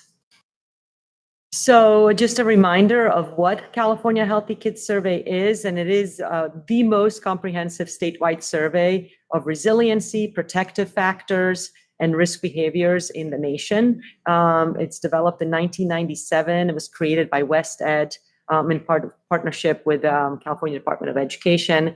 And the survey is administered to students in grades 5, 7, 9, and 11. So we follow cohorts along all the way through high school and see how they respond and how they're doing. The surveys include different modules. So there's the core module, which is really around resiliency. Then there's the mental health and social emotional modules. And then you can keep adding different modules. So you may see different reports out there with some added modules, but that's what we have. And really what we're assessing is the climate of the school, the connectedness, and the learning engagement. We're perceived student school safety, and then developmental supports about caring adult relationships, expectations, engagement. We're assessing their mental health and social emotional learning, barriers to learning like substance abuse. And then we do issue this to parents and staff, which is a pretty, it's not a very high participation rate, but we do utilize that data in our LCAP analysis kind of to supplement. So this is really focusing just on a student survey. Why do we care? Just students that are mentally healthy and that are well can learn well. Those that are not have many barriers to learning. So we want our well-rounded children that are feeling safe, they feel well, and they're all around healthy children, and that's how you learn. So students that are connected at school learn. So just a little bit about our own participation here. We started in 09-10, and you can see some participation rates. That big green line right there is where actually West Ed changed some questions. So that's where longitudinal data actually has a little bit of a break in it. Then they're italicized is the COVID year. And then those years with the asterisks are actually truly longitudinal years that we've been monitoring. So hopefully we'll just eventually have, 5 years of data that we're just constantly rolling through. The 2021 year is the distance and hybrid year, so that's a little bit of a messy data year as well. So, so this specific presentation includes the last 4 years. We have for the last couple of years started administering the survey in November, so that it's comparable stressors of the school year as opposed to what happens in May and what happens in November and so on. So we're constantly always doing it kind of the same week in November so that the kids are under the same routine of the school year. That also aligns when Miramani or AUHSD does their Healthy Kids survey, so that way they can actually have longitudinal data with their cohort following. Our results are all anonymous, so they're self-reporting, and I just say that our consent is required, while the consent is not required in the high school, it is here. Okay, we'll jump into some elementary school data, and it is an aggregate district data set. So our principals have individual schools, and they receive their own detailed data. But here we just do all around general information. So I'll make this bigger. So never mind, I won't make it bigger. So we'll start with some school engagement and support. So again, this is just grade 5, but you can see the last 4 years, and what we're really focused on is the trend. And we're looking at the bottom, the red bar. That's the 23-24 school year. And we're looking for improvement in this case. And I think I'll just give you a sneak peek that we're going to see improvement in almost every indicator, if not every indicator. So this is really exciting because last year, that's not the case. So I feel really positive about this presentation because so what this measures, the school connectedness, and in the survey, if you look at the raw questions, it is all sorts of questions that then get collated into one indicator. So if you ask your child how their experience was, they will tell you they get asked the same thing over and over and over and over. Like, how many times can you ask me about this? And it's to make sure that it's really accurate collating about the connectedness, but it's really a lot of questions about that. So this measures if students feel they're part of their school, if they feel close to other people, safe at the school, and they're treated fairly by staff. And our data across the district went up. This data talks about caring adults in schools. So students are asked if they feel that adults in schools care, if they do well, they expect them to succeed, they try hard, support them, and know them. Research also shows if adults expect students to succeed, the students rise up. So that's why those are asked. So as you can see, students also data went up by about 3%, about caring adults in schools. High expectations, almost flat, but again, up by 1%. In academic motivation, stayed at 93%. Flat, and we want the actual school boredom to go down. And it did go down. So everything that went go down, and everything that needs to go up went up. So, and this measures our school engagement. So measures student academic engagement. Things like trying harder when I don't do well on assignments, as opposed to just giving up, right? Or trying harder when I don't get it right. So kind of doing it over and over. More school experiences. This is social emotional learning supports and anti-bullying climate. This was a really big focus of ours last year when we were talking in this presentation. Students are asked if they're learning to resolve conflict, navigating social emotional challenge care, and treat each other with respect. This is actually the only indicator that did not improve. And that's the peer relationship or navigating how they resolve their conflict with each other. And that's something actually the Wellness Committee has talked about in depth of how do we teach kids to resolve their own conflict and within their own peers. Anti-bullying climate, we want it to go up. So, and it has improved. Feeling safe at school, a slight improvement. Students were asked if they feel safe at school. Feeling safe includes responses of very safe and safe. So not there yet as we were a couple of years ago, but we're inching up. And this was last year. These were a lot of questions that were focused around like being pushed on away from school or hit on away from school, or just unsafe, like getting to school and leaving school. And, there's some improvement there, which is great. Feeling safe on the way to school and away or from school, or being hit and pushed at school, and seeing, a 10% decrease in that area is a significant decrease, which is a really good thing. It is, but 23% is still. Well, I'm not saying we should Yeah. celebrate 23%, Yeah. but it is a trend in the right direction. I agree. And a lot of 100%. these, there's still improvements, and we say Right. that at the end, there's a lot Mhm. to work, so we're not like, Right. yay, we're done. But Good. there are things to Good, work good, on, good. yes. Yeah. Yeah, like, we don't want quarter of our children feeling like there's mean rumors spread about them. Right. But going down from 35% to 22 is 22 better. is a significant improvement. And that's actually improved from the last 2 years. Mhm. Called bad names or target of mean jokes, also a really significant. And so that whole trend around name calling seems to be actually a really big decrease in that. So- Actually, it was a really huge increase last year. So a pretty significant decrease right now. And then cyberbullying was a really big focus of ours as well. This was the data that really jumped out with such a significant increase. And this is students were asked during the past 30 days, kids spreading mean rumors or lies or hurtful pictures about them online, on social media, or on their cell phones.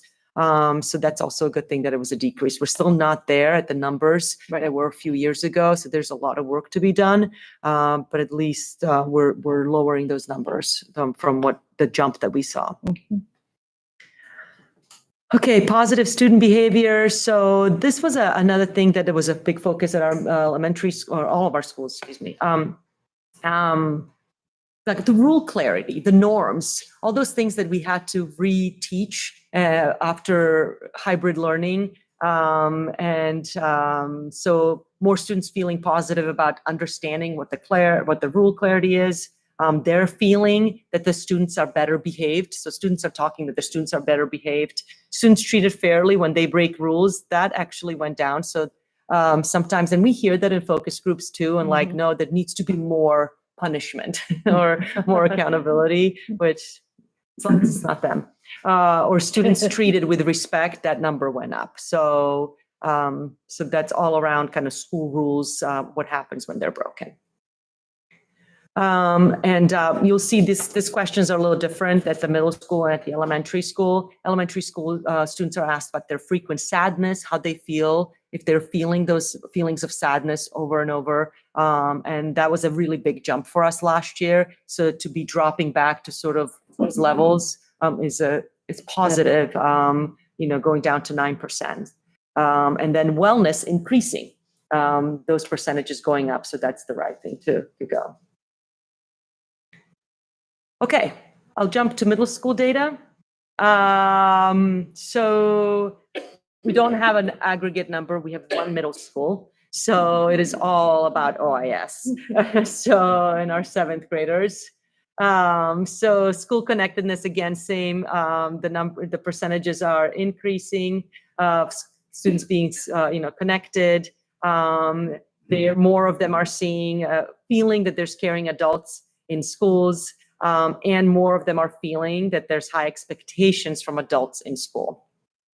And that's a 3-year trend at OIS. Their experiences, we see a couple more percent of them feeling more academically motivated and also bored at the same time. Leave it to middle schoolers to confuse us with their data. The safety, feel safe at school is a really significant increase in improvement. And I think that matches our anecdotal stories and information from what we hear. I see a lot of nods back there. I'm not making it up. Good, okay. Experiencing any harassment or bullying. I mean, those numbers were on the increase. Unfortunately, we're not there yet from where we used to be. 34% is a pretty high number, but it is going down in the right direction again. The head mean rumors or lies spread about you is pretty flat.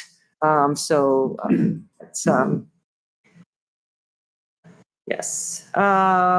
Being afraid, this is kind of the physical, being afraid of being beaten up, being in a physical fight, seeing a weapon on campus, and I should always clarify that.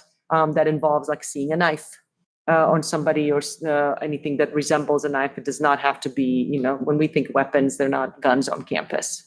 So those were dramatically, I mean, that's a dramatic decrease in the fighting going down and kind of physical going down. But again, and it involves also like a knife on the way home, bus. So it doesn't have to be, yeah. The cyberbullying is again something that with the increase in social media use, increase in cell phone awareness, we've been really seeing those numbers trending up year after year. So to see a drop this year was a positive development, even if it is a high number of 24. Okay, and then the last slide on this data. This is social emotional distress significantly down by 5%. Experiencing chronic sadness also down to, from 17 to 11, and that's a 4-year trend. Considering suicide should be 0, but that's going from 14 to 7 to 5%. So that's a drop over 3 years, significantly dropping down. And then optimism is going up. I mean, that's a nice measure that students are feeling more optimistic. So with that, we have support systems. We have a lot of them that we've put in place. So I wanted to compare last year and this year with the numbers of how are students talking and what are they using. And students were asked if you were sad, stressed, lonely, or depressed, who would you talk to? And you can see, and they've asked this in grades 5 and in grade 7. And you can see an increase in students feeling more comfortable in talking about these feelings with adults. So talk to a teacher or another adult, talking to a parent or someone else in the family. So it's not just people that they're comfortable talking at school about it, and they're comfortable talking about it at home. Getting help from a counselor or therapist are going up. Talking to friends. It actually went down at the middle school, which is not a bad thing. We want them to talk to friends, but we actually want them to get mental health support from the adults. So be afraid to get help went down, and not know what to do went down. So the metrics are all going in the right direction. Students select more than one, or was it this? Oh yeah, they're all separate questions. Yeah. And then they summarize it in a table for us. This question was just asked of 7th graders. I'm not sure why, but don't know where to get help. Also, we really know there was as we called this slide last year, a low-hanging fruit of like, don't know where to get help. Well, we'll show you where the offices are, there isn't anyone to talk to. We'll tell you, here you go. We'll meet, we'll introduce you to the people. So clearly, whatever the strategies were on showing you where to go to help, on who to talk to, have worked. Clearly, they're still out there. 8% of the kids don't know where to go. We can get those students, but it is a significant improvement. And then, there's students that just don't want to talk to somebody, like a therapist or a counselor. So how do we lower that number that's stigmatizing, right? How do we make sure that's okay? So trend-wise, our this year's data reflects improvements in virtually all indicators across the schools and grade levels. And it does actually align with anecdotal data and stories from school sites. And we said that last year too, when all our indicators got worse, that was aligning with what we were hearing from the school sites. So it's all matching up.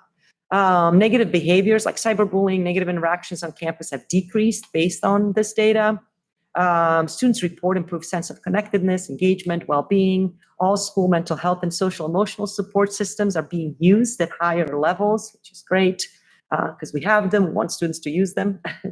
While the data has improved, to your point, mental health and social emotional support continues to be a high priority. We're not there yet. We still have a lot of students that need support. This is still our priority, and we need to continue just working on it. It's not a one and done. It is an ongoing, continuous, and it's as the landscape changes and the needs change, we need to just adjust and put supports. And there's just a long list of things that we are doing. It's hard to pinpoint which one of these is the most effective, but I do think there isn't one thing that works for all. It is a combination of so many things. We did start a wellness steering committee so that we can have these open conversations. We have wellness centers that are fully implemented and staffed by wonderful wellness counselors at all elementary schools. We have counseling center at OIS. with expansion of our counselors.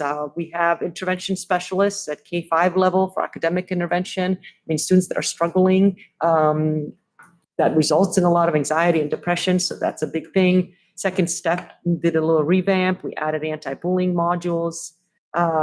We do have some supplementary curriculum with vector modules and anti-harassment at OIS, suicide prevention training for staff, suicide prevention training at OIS students, academy periods with a lot of social emotional intervention, the web days at OIS. We really try to focus and kind of uncovered this recess and recess culture focus, and that's going to be an ongoing focus at elementary schools.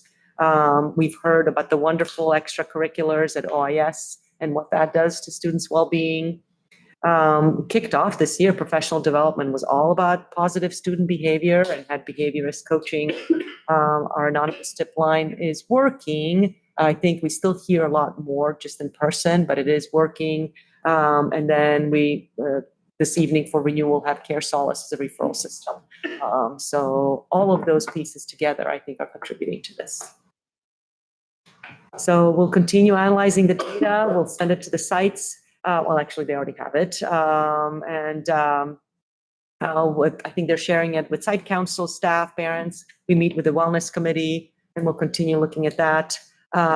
We do have this amazing building opening up at OIS, so we'll examine how is that space utilized, what does that look like with our services, and keep looking at professional development opportunities for our community building, partnerships through wellness steering committee, and we find just these ongoing, consistent mental health funding so that we're not every year going like, and what's going to what will be the funding? What will be the funding? So that's just an ongoing source. So we don't have to talk about that. And we'll have LCAP goals and action items and resources that will utilize this data as well. I know you have another wellness presentation as well. So happy to answer questions now or kind of combo them. So. One question that I had is, I know this is aggregate data for fifth graders, but was there any difference among the 4 school sites in this, or was the trend kind of? Haven't quite compared them side by side, but that's the work that we're doing right now. Yeah. It's great to see those deficits narrow. Yes. I think that's really critical to all the work that's being done on all the campuses. But as you said, this is to continue to see those numbers. Sure. Keep going down. Yeah.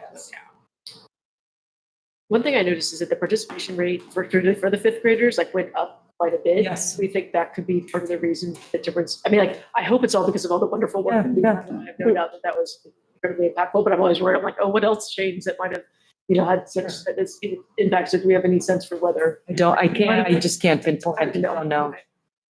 It's hard to compare also though, because they're different cohorts of students. Correct. So, different. Next year, we probably check. What we could do is, next year we can do 7th and 5th and see how they're doing. Correct. Yeah. Yes. So really great. There is some great data here compared to what we looked at last year. So that's amazing and really wonderful to see. I think we had this presentation. It was really concerning. It was really sad last year. That slide. The press. I think one thing that stuck out to me was that it seems like counseling services, there's a much higher level of acceptance around them just generally, which is really awesome. Just for everything, including just culturally. The cyberbullying, of course, still seems to just be such a thing. It's not going away. And I'm on the wellness steering committee. It just keeps coming up and up and up. And it's still, probably never going to be something that can be completely addressed, but obviously still a real big pinpoint. Starting at elementary school. So, there's definitely access points in elementary school and middle school. And then the boredom one keeps coming up to me because it's still fairly high. And in the questions, I was wondering if they are targeting more like engagement with a lesson and less about like social emotional feelings. I'm not sure, but that one to me just keeps coming back. It's like, why are we in the classroom at school? Yeah. Or is it the time of the year? It's right before the holidays, so kind of check out. Right. But that one, it's something to continue to address because it's kind of an outlier. It doesn't fit into any of the other categories. Right. I can look at this questions a little more too. Actually, a good question to dig into, even with Yes. like the length of the class time, like if that somehow impacts, or, you know, having multiple hours of quarter or something. You know. Right, because the class times change so much when Right. you get into the block schedule. Just for the middle school. Okay. Great, thank you so much Yeah, for putting absolutely. this together for Sure. us.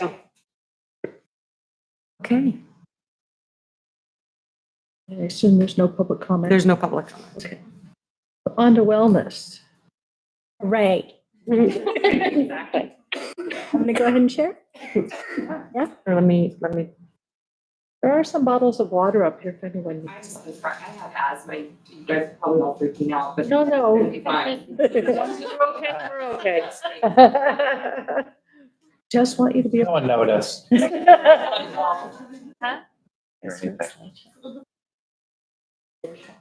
Yeah, but how do I start this slide? Hold on. Right now. Stuart, is there any way to get a little more air conditioning? It's a little hot. Turn down the heat. Yeah, so it's a little hot. It's a little cold, it's a little hot, it changes all the time. This is the PDF. Dear, okay. Actually, it's actually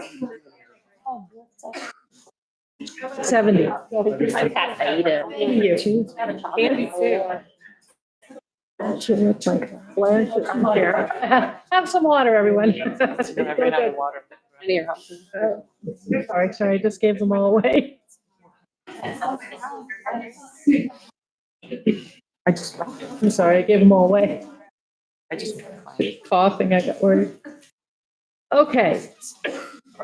Thank you, all our wellness counselors and OAS counselors for being here. Really, really lovely to have you all here. I appreciate it. Good evening, everyone. I am so excited to have such an incredible team for everything that you've done to help support everyone so that we could really have an outstanding program for our students. So welcome to the 23-24 wellness presentation. Here is our presentation review, and interestingly, on my slide, there's words. Yes, there are not. I bet there'll be words soon, though. There you go. Travel is exciting. I can't wait. Because up next for wellness services, we're gonna do some data analysis. We're gonna be looking at trends, and that was a direct result of what the board had requested last year, that we bring some of that data and our Thank you. trends. We're gonna be doing some school highlights and community feedback. And then we'll review what's next.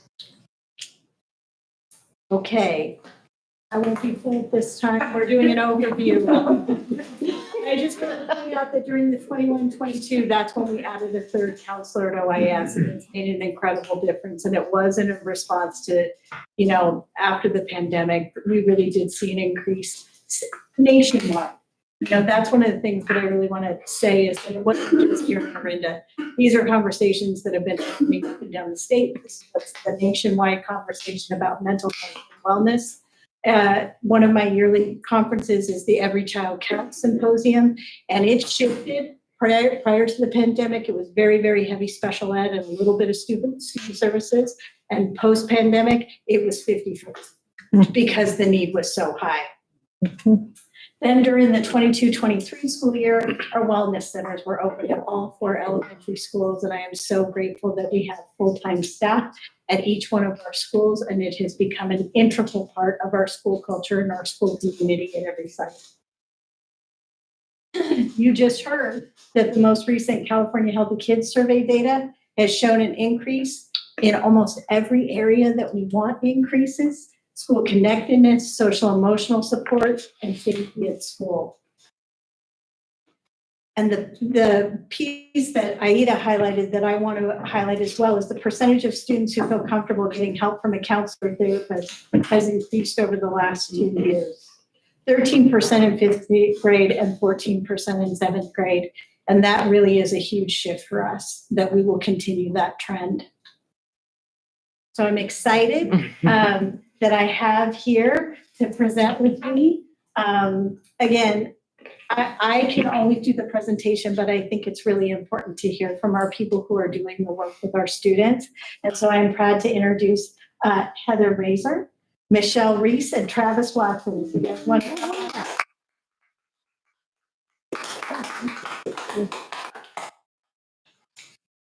So I'm Travis Watson. I'm the newest school counselor here at OIS. For introduction, might as well go down the list. I'm Michelle Reese. This is my third year at OIS. And I'm Heather Reeser. This is my 20-something here. Yeah. So just personal anecdote real quick. I'm living one of those nightmares we still have of school where you prep for a test and then you get there and it's the wrong test or something. I wrote a bunch of notes. I rewrote them to make them all beautiful, left them in my office. So bear with me, I will do my best. But some of the things we do here at OIS, our counseling services, are things like academic, social, emotional support, and meet and greets. So academic is pretty much exactly what it sounds like. It can be parent collaboration and consultation. It can be having a student prioritize their assignments, because if they're falling behind, things can snowball ever so easily. Things like executive functioning, helping them organize a backpack, how to use a planner efficiently, things like that. Grade checks, and coordinating with teachers, of course, because you would be surprised how many students you have to teach them how to write an email.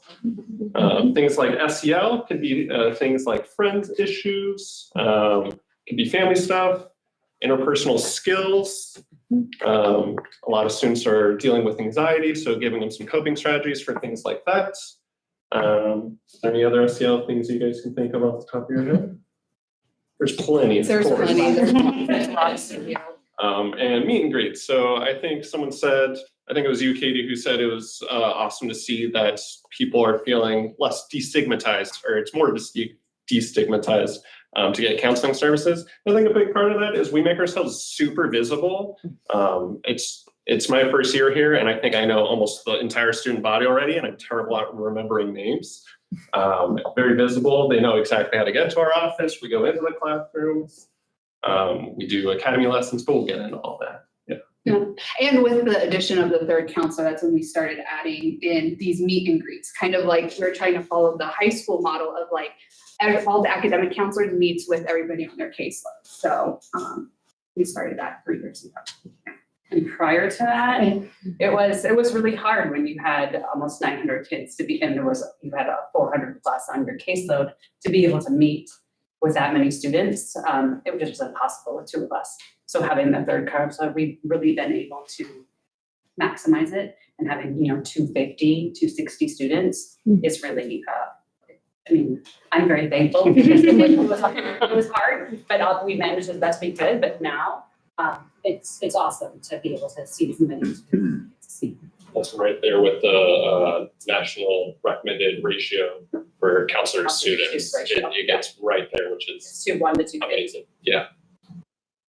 And then continuing on, we have teacher referrals. So these can look like anything, obviously, when teachers are referring students to us. Some of the things that teachers look out for are like academic concerns, so if they're looking at grades, students not turning in homework, just performance in class, looking for behavior support from us. Also for like a social emotional aspect that teachers also refer for, are if they're noticing changes in their students.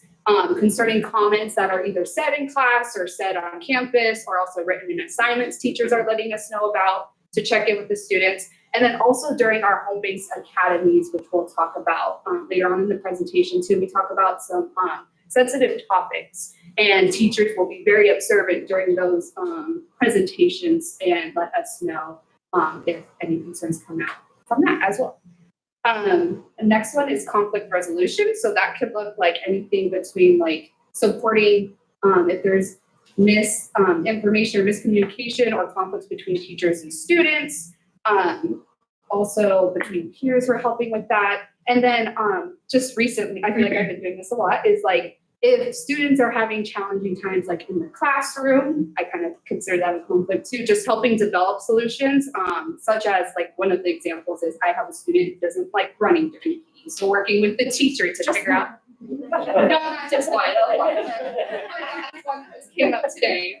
So working with the teacher to kind of make accommodations on how to get the student involved and hold them accountable, but then also supporting them. So it's, yes, so that is some of the conflict resolution.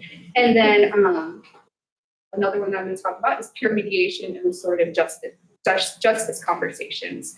And so we use the restorative justice model, which includes the 5 components are relationship, respect, responsibility, and repair and reintegration. So in these conversations, the goal is there was a rupture in a relationship and we're creating a safe space to talk about it and repair the relationship. So kind of breaking down more of the 5 components. So relationship is obviously like a relationship has been harmed and the goal is to have space or safe space to repair. The respect piece is having all parties listen, whether they agree or disagree. And hearing the different perspectives and acknowledging how the situation impacted each party. The responsibility piece is allowing all parties to be able to take responsibility for their part in the situation. The repairing is to obviously allow the space for the repair to happen and to have as much, repair as much as, sorry, I'm so nervous. No need. No, well, that's the reintegrate. So to have as much harm repaired, but also acknowledging that not all harm can be repaired too. That's what I was trying to get out. And then the reintegration is basically figuring out how to move forward with the relationship and how to move forward into the community. So we kind of incorporate that, even though that's the restorative justice model, we also just do that in peer mediation. I feel like our restorative justice conversations sometimes get a little bit more deeper, but we put it in all of the mediations. We tend to involve our administration Yes. and our teamwork with it, so we're having a counselor and administration when we do restorative conversations. Our next one is crisis intervention and risk management. We partner with the elementary school as well in the wellness counselors. We have specific questions that we ask students, whether it comes up from a parent referring it, a teacher referring it, self-referral, students referring it to us, who are making comments around suicide and suicidal ideation. So we use the Columbia risk assessment, which is a specific, 4 or 5 questions that we ask, and then we do a high, medium, low, depending on what the student is. We have a very strict kind of protocol of what we do when it's high, when it's medium, when it's low. It all is very collaborative, involving administration, teachers, parents, and all the right, and school sites, yes, as well. So that's a big part, not a big part, but that is something that's significant that we deal with on a basis. And recently, we're here with the collaboration of the wellness counselors, our nurses, and school sites. Yes. And we're continuing to revamp it. We have another meeting coming up in another month. So we're going to hone in on the crisis intervention part and making sure we have the solidified steps for everything. And then another thing we do is parent-teacher support. The parent support, adolescent development, as you know, can be kind of rocky for a lot of us parents. So it's kind of helping educate parents on kind of what's happening for kids. I just had a lovely conversation today with a mom about her son and just how wondering if this is a normal part of like friendship dynamics and is this typical what we see. And so I love having those conversations because for every kid it is different and not every kid is the same.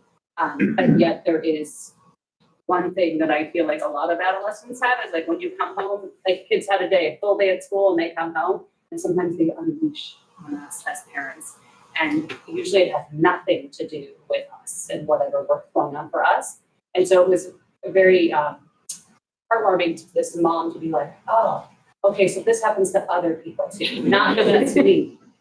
So it was nice to be able to have that and to help educate her and kind of give her some help in that area. And then the teacher support was also on that one. Oh, sorry, no, it's okay. Which is everything from classroom management to a teacher has a question, wanting to come in and observe the students. So we're there for our teachers to help when there's questions or if they would like more input from us. Other services that we do, we collaborate with our special ed department quite a bit. Some students who have IEPs may not have counseling services through their IEP, but yet they'll come to us for counseling services. We also have a school site who does counseling service as well, but we collaborate on a lot of our students together. So trying to meet everyone's social emotional supports, whether IEP, not IEP. We also work on the scheduling with our IEP students, making sure that we're going through every kid with our special ed teachers, and we're talking about the next school year to make sure that we're kind of making sure that everybody, they're in all of our classes and kind of spread out evenly amongst everybody. We also, which the scheduling part, that's one thing we didn't put on here, is the scheduling. Yeah. Which is a huge part of what we do. It really starts, it's an all year thing, but it starts really in January. The bulk is January, I would say, through June, then we get a little break. And then August, it starts up again. But a big part of it is just working with our administrative team and the master schedule, and then moving along to making schedule changes throughout the year. But it is amazing if you've ever done a master schedule or scheduling, almost 800, it should be 900 in something students.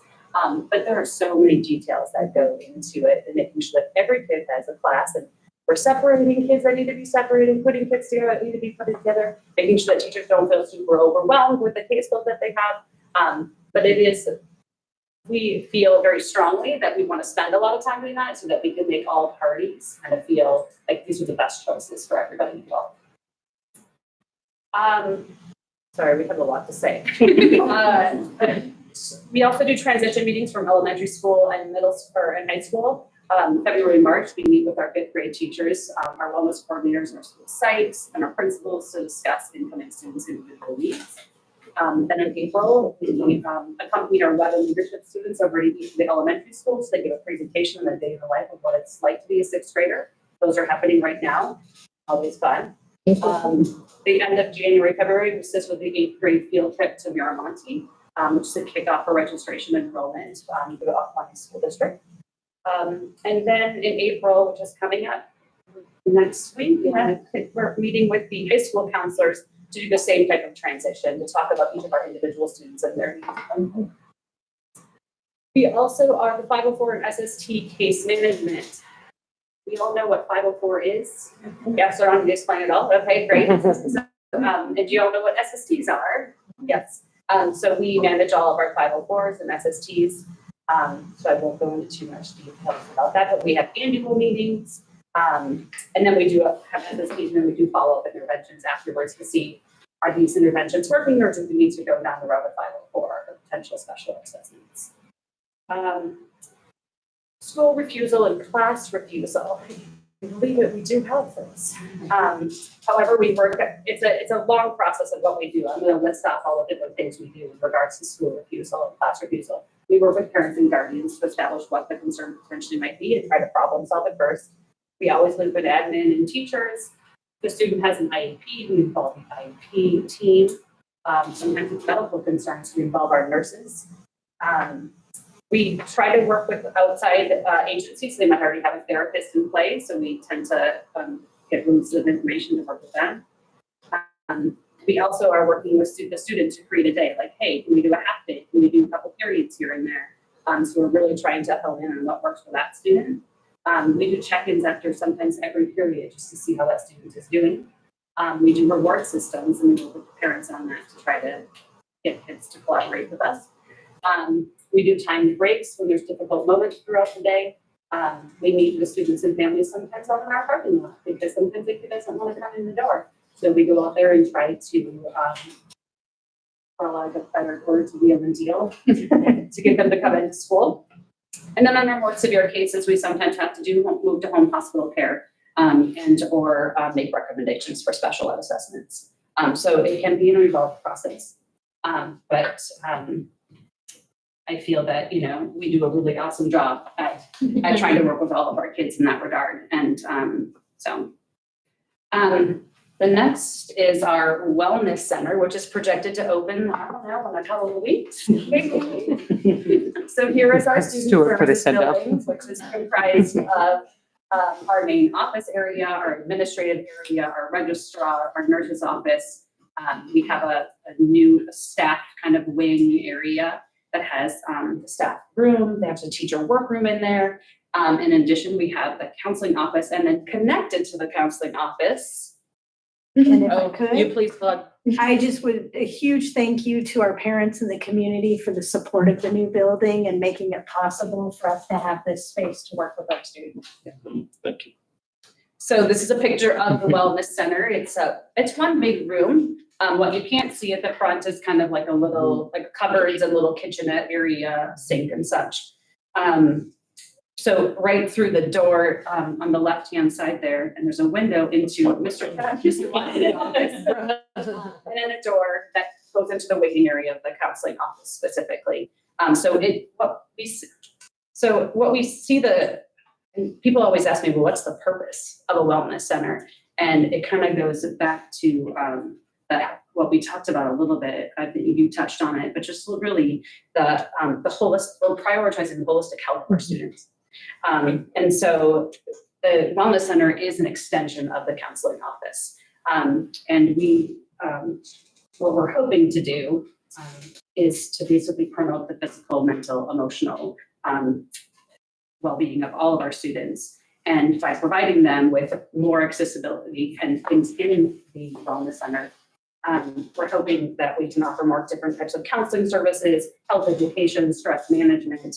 And basically we feel like if we have that holistic approach, we're gonna make it conducive to learning. We want to empower our students to develop healthy habits and coping mechanisms and foster the resilience and academic success. That I see as kind of our ultimate goal. I feel like we have a very supportive community already around wellness.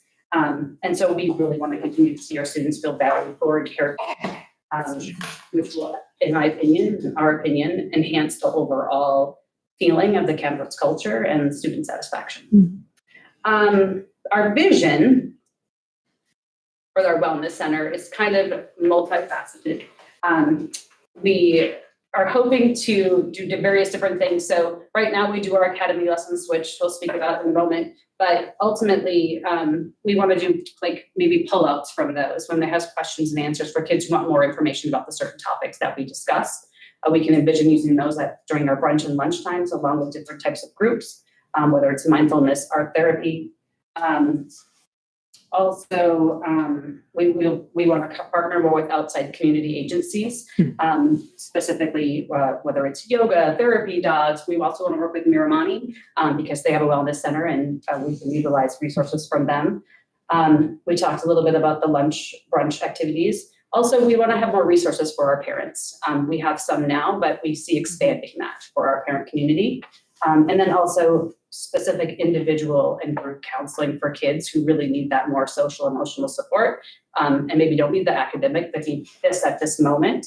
And our kids who get dysregulated during the day. We need a space for them to go to be able to recoup, to get back into the classroom.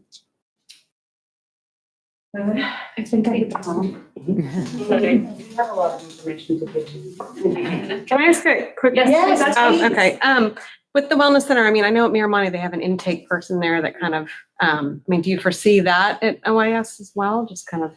All the details haven't been ironed out completely, but at some point in time, I do see that as something that's very realistic. Yeah, because I think it would be beneficial to, kind of know who's coming in and why and, Yeah, I definitely supervision there and. As it being starting off with the three of us managing it and then progressing to something different. Thank you. So our next thing we want to touch on are our academy lessons. So at OIS, we kind of follow the same as Miramani. We have academy that students get to sign up for. There's certain academies that we call home base, or what we make videos that educate our students. And these are the lessons that we focus on: anti-bullying education, suicide awareness and prevention, digital citizenship, sexual harassment, and drugs, alcohol, and vaping education. So kind of, I'm just going to give a broad for all of them what we touch on, but essentially we're doing a lot of education on like what it looks like. So for bowling, what does bowling look like? Education on what like drugs and alcohol and vaping is, what sexual harassment is. So a lot of education. We also teach students how to how they can help. So like with suicide awareness, what can you do to like help a friend that's in need? What can you do to be a upstander instead of a bystander for bullying? Who can you reach out for? Who can you ask for help? That's also in our lessons as well. We follow up each academy with a digital form. So in these forms, we're asking if they have any additional questions, if they want to see their counselor. For the last 3 years, I believe, when I started pushing into the classroom for specifically the Suicide Awareness and Prevention Academy. So for that one, we do an overview video, and then the following week we collaborated with our school psych. So it's the counselors and the school psychologists going into every single class, or class mainly, to dig deeper into and having more intimate conversations around suicide awareness and prevention. And what that looks like, I feel like we reiterate. We first answer any questions, and then we're also reiterating to students what protocol they should follow if they're concerned about a person that they know. Our main one that we always say is tell an adult as soon as possible. When you're hearing anything, it's an adult's responsibility to figure out if that student is serious or if they're joking, because unfortunately that happens too. So we have deeper conversations about that. And this came about too, because unfortunately we do lose quite a few young people to suicide. And so that's why we thought it was very important for us to have that follow-up conversation. And then with the Wellness Center, we're hoping to also kind of do that interaction and hold additional academies to all of the other sensitive, important topics that we talk about. Just to reiterate that as we saw in the California Healthy Kids survey, the suicidal ideation went down. So we're on a good trend. Yes, I think that's all I have. Okay. That's kind of just an overview. Data, oh boy, how'd you get the comments on here, Kevin? Am I able to see like did you? No. No? No. That's okay. No. That's okay. I think I have it pulled up from when you sent it to me. Well, on this one, I can just speak off of the head. So if you look up there, it is heavily favoring SEL counseling. So this information is collected by the services we provide. So if a student received services, it's divvied up that way, not by the whole student body, but just by the body of students in which we given services to. And that's how we logged it into Aries, which is the program we use to track the data. So if you look up there, 65.3% is SEL counseling. So the demand is there, obviously. And we do a lot of academic meet and greets, heavily swayed because we tend to try and meet all of our 6th grade students. And since this was my first year, I also tried to meet all my 7th, then all my 8th. Teacher referrals is also up there, and then risk assessments is also up there as well.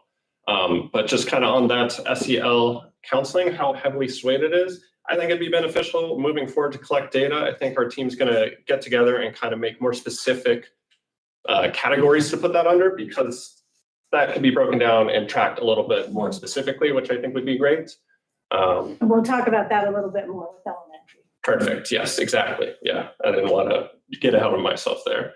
I know. I think I might come back to this one because I think there's one more thing that will come back to me. So counseling broken down by race and ethnicity. So comparing that to Orinda, it's actually pretty on par. So there's no percentages on the one you sent me for some reason. But if I remember correctly, it was 60, do you have it right there? No, 63%. So it's not too different from the greater Orinda community. Can I ask one question on this? Because I jumped ahead to the elementary where because I was curious, it was just the numbers, but like, for example, there's no Hispanic representation. Correct. It's not broken down. For some reason, it was not under Latinx. And I think you guys gave me information on how you were able to get that. We just So there was information to the board for the referral. So it's race, but not the Hispanic is under ethnicity. So it's breaking it down just by We can race. break that down.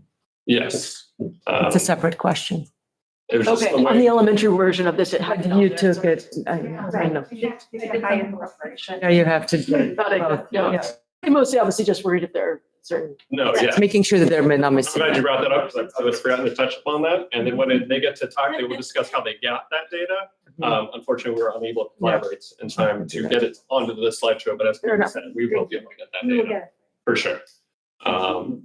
Yeah, perfect. Okay. So broken down by grade level and by gender. So grade level, I think, is pretty interesting. As we can see, 7th and 8th or 6th grade are pretty comparable, whereas 8th grade is a little bit less. And from what I've done in my research, 8th grade, you can kind of chalk it up to, oh, they're just being rebellious and whatnot, but they're actually hitting that 13, 14-year-old age where they do become more reliant on their friends for opinions and stuff like that. But it is good to note that maybe we can also pull them in a little bit more, because we do have our 6th and 7th grade students who come in to the counseling office of their own volition a lot more than 8th graders. But that is something, obviously, a trend that I just felt like was worthy of bringing up. And 6th and 7th grade are very comparable, which I think is interesting, because our 6th grade students, I think, is probably a little swayed by the meet and greet, since we meet every 6th grader. Gender, broken down 55.3% to 44.3%. So it is a little bit favored in the female category. But yeah, I don't know if there's any other questions on the.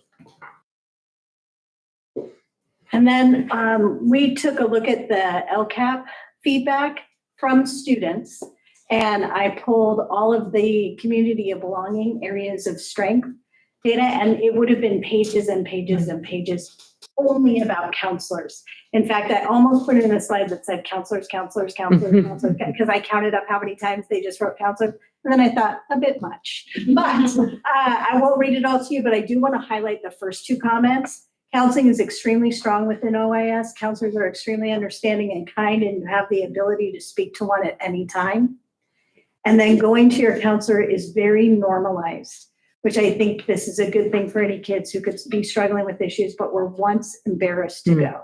And that is the trajectory that we are aiming for and want to strengthen and continue. So we're at the midway point, friends. I'd love to give a hand for our OIS counselor.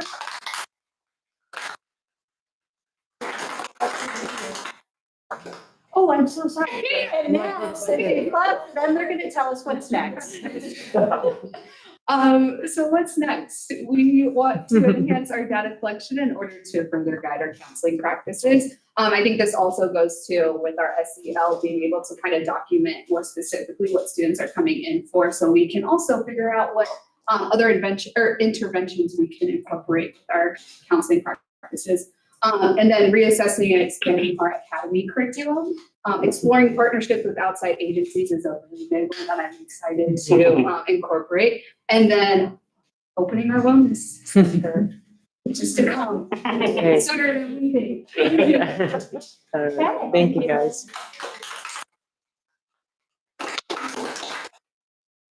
And then it's with great pleasure that I introduce our elementary wellness counselor team. Susanna Lockton, Molly Green, Nicole Wasotsky, and Aileen Collins are here. And I just want to point out in the beginning, some of their data is slightly different. I highlighted that program that you approved called SCUDA. And we will be meeting at the end of the year with the OIS counselors to see if that database is something we want to pursue or just stick strictly with ARIES. So we'll be having that conversation at the end of the year. So I'm going to turn it over. Susanna? Yes, I am Susanna Lockman. I am Del Rey's wellness consultant. It's my first full-time year at Del Rey. I started last year part-time and then full-time for 2 months. And here I am, my first full-time year, so I'm very excited. So some of our core wellness service include consented individual and group counseling. We all carry robust caseload that we support with social and emotional issues affecting school functioning.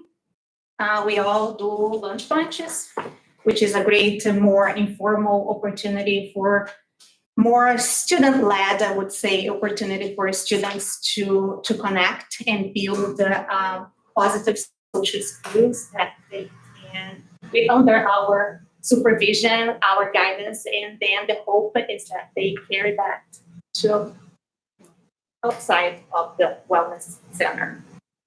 We all in different ways, we all have drop-in opportunities for students to just come by and if they want to chat or if they want to break. We also do check-ins, which could be initiated by the student or initiated by us or through a different source of referral. And we also do crisis intervention, which includes suicide screening, threat, or in case of the elementary school, it could be a child eloping, things like this. Anything else that I missed? All right. Okay, this is my slide. So this is raw data, and we just wanted to say that for the purposes of this presentation, we broke it down. We did not break it down school by school by school. It's a holistic look because they're all doing the same things, but at different rates at the sites. So this is just raw data to just give you an indication of what's been happening at all 4 sites. Yeah, so if anyone wonders what we do all day, we're doing a lot. So these are just the raw numbers of the things that Susanna mentioned at the district level. Student support interventions, we have an asterisk there. That can include some of those other things we touched on in the previous slide. So drop-ins, check-ins, immediate behavior support, the safety screenings, the safety plans, and conflict resolutions. We put it all there versus listing it all directly because that's what it is that kind of student support in the moment or ad hoc as it will for more scheduled and consent-based things. And this data collection is from the period of August 1st and fiscal year to March 8th. Any questions on that? Happy to answer them. And I'll jump into data. I became the data person. Which I'm not being sarcastic. I love data, so this is very exciting for me. So what we did is similar to what Travis did. We broke down the numbers by the actual students who received a wellness service. So of students who've been served by wellness in some capacity within that same data point of August 1st to March 8th. This is the breakdown by grade. What I take from this is it's generally pretty close. We see 3rd grade as our highest grade, but really quickly behind our 4th graders, 5th graders. I know my school 5th grade is definitely a busy grade for me. I think also 3rd grade is when they really start to expand their social skills, and that's where sometimes the relational brushing comes up. Like all of a sudden they're having sleepovers together. It all starts to appear a little bit more at school. The younger ones are still a little more innocent and working on some of the more basic regulation. But even then, 15% to 1st grade. So I really do feel like we see everything. Sorry, should I read this as like 17% of 5th graders went to? So of the students we've seen, 17% of that is for 5th grade. Thank you. Here's our breakdown by gender, and this is where the race and ethnicity that I did some incorporation of, because there's race fields, there's ethnicity, and that's where the Latino or Hispanic comes from, and I really think it's important to try to reflect that. So for gender, if you can see here, we do skew slightly towards the female or female identified side.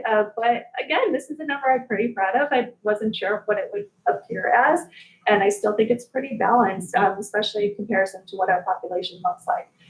Same for race and ethnicity. So for that white race, if there was also a code that identified as Latino or Hispanic for ethnicity, I was able to pull them out and make them their own group, as well as there were multiple races noted for a student. I put them in a category of multiracial, multi-ethnic, so I could honor everyone's background and everything that makes them who they are. So again, this I think pretty closely reflects what our district looks like in our community. And we'll make sure that we do that apples to apples between OIS and the elementaries for next time.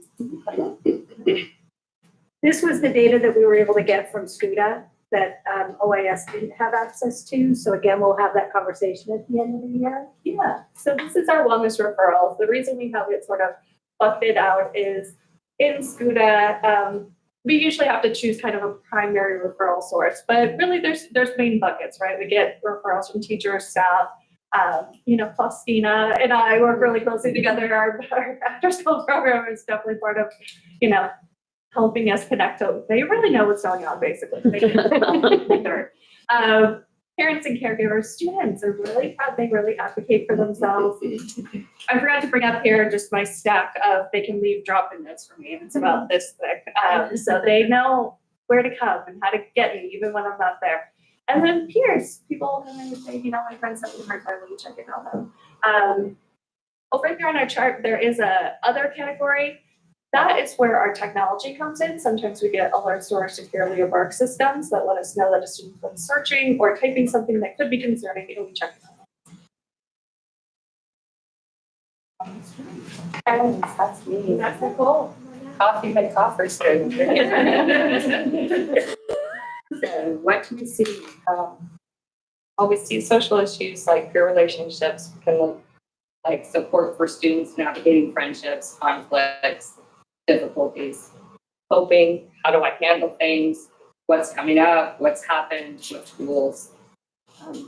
These are the ones you see the most. These are the things that we see the most. So that 100 or more instances have seen those types of things. So self-regulation, how do I focus in class? How do I pay attention in class? I can't sit still.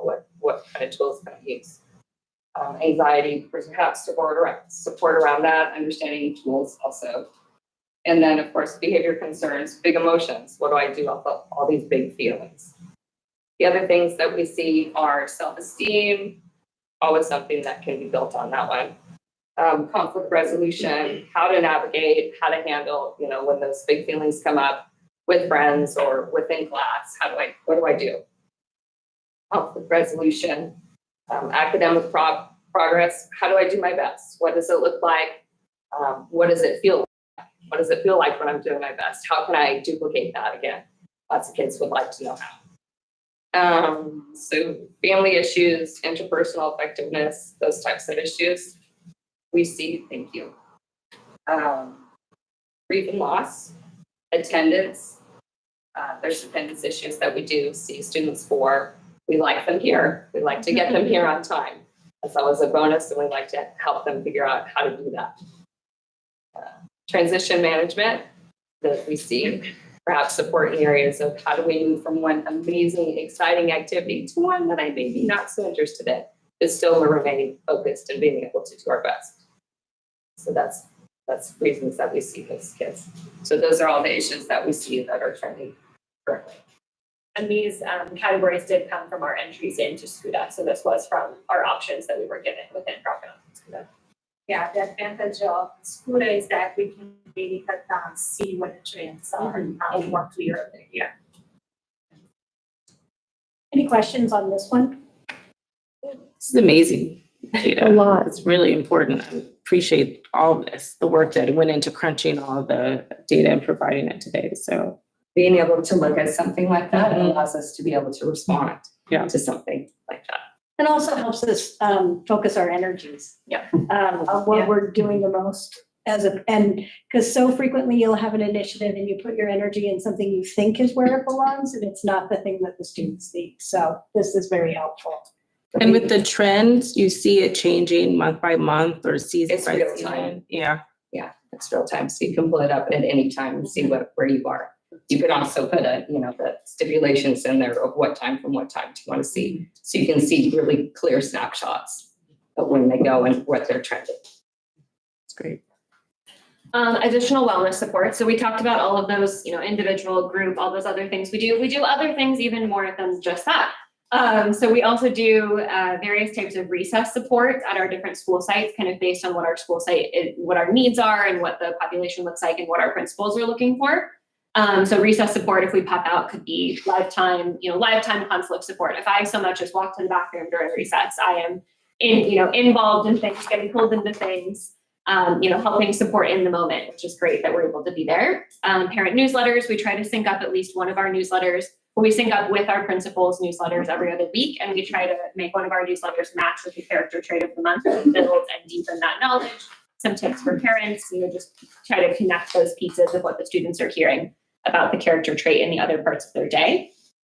We also can sometimes match them to like a current event. So we did like a Halloween one. We sometimes do like a break transition one, transitioning in and out of winter break. That can be a hard time for a lot of kids. In and out of summer break can be a hard time. things like that. Community building, character trait focus. We all do various kinds of like specialty weeks, like a kindness week, a wellness week, a you matter week. So we match that to our school sites and what our strengths are. And then classroom push-ins, which could be the zones of regulation, which is a curriculum we use. We dabble with other kinds of curriculum too, like just, experimenting with little pieces here and there that we push in with and see what works. Other things related to coping skills and social skills. So those are the other. The other thing I just want to point out is they are collaborating all the time. The four of them are talking all the time and have a standing meeting that they meet to discuss next steps. Yeah, I just wanted to quickly go back and comment on the classroom SEL. So we have our district program, second step, and but we pushed into the classrooms a lot to teach classes based on teachers' requests or trends that we are seeing. So at Delray, for example, there was a large need, fourth graders were seeing a large need for executive functioning skills. So I did a 4-week lesson series with them on executive functioning. So that's in addition to what teachers are doing for second steps. Can I add something real quick too? Also, introduction to wellness. So in our wellness services, we didn't always incorporate the SEL because really, say for Wagner Ranch and some of the schools with bigger spaces, literally every class came to visit at the beginning of the school year. So technically every kid at my school has had a wellness service from that perspective. And that's part of the destigmatizing, right? It's a welcome place. Everyone knows how to find it. Everyone knows what it is, and we make it an even playing field. So just in the interest of time, we're going to do our site highlights. Okay, I got it. It was subtle.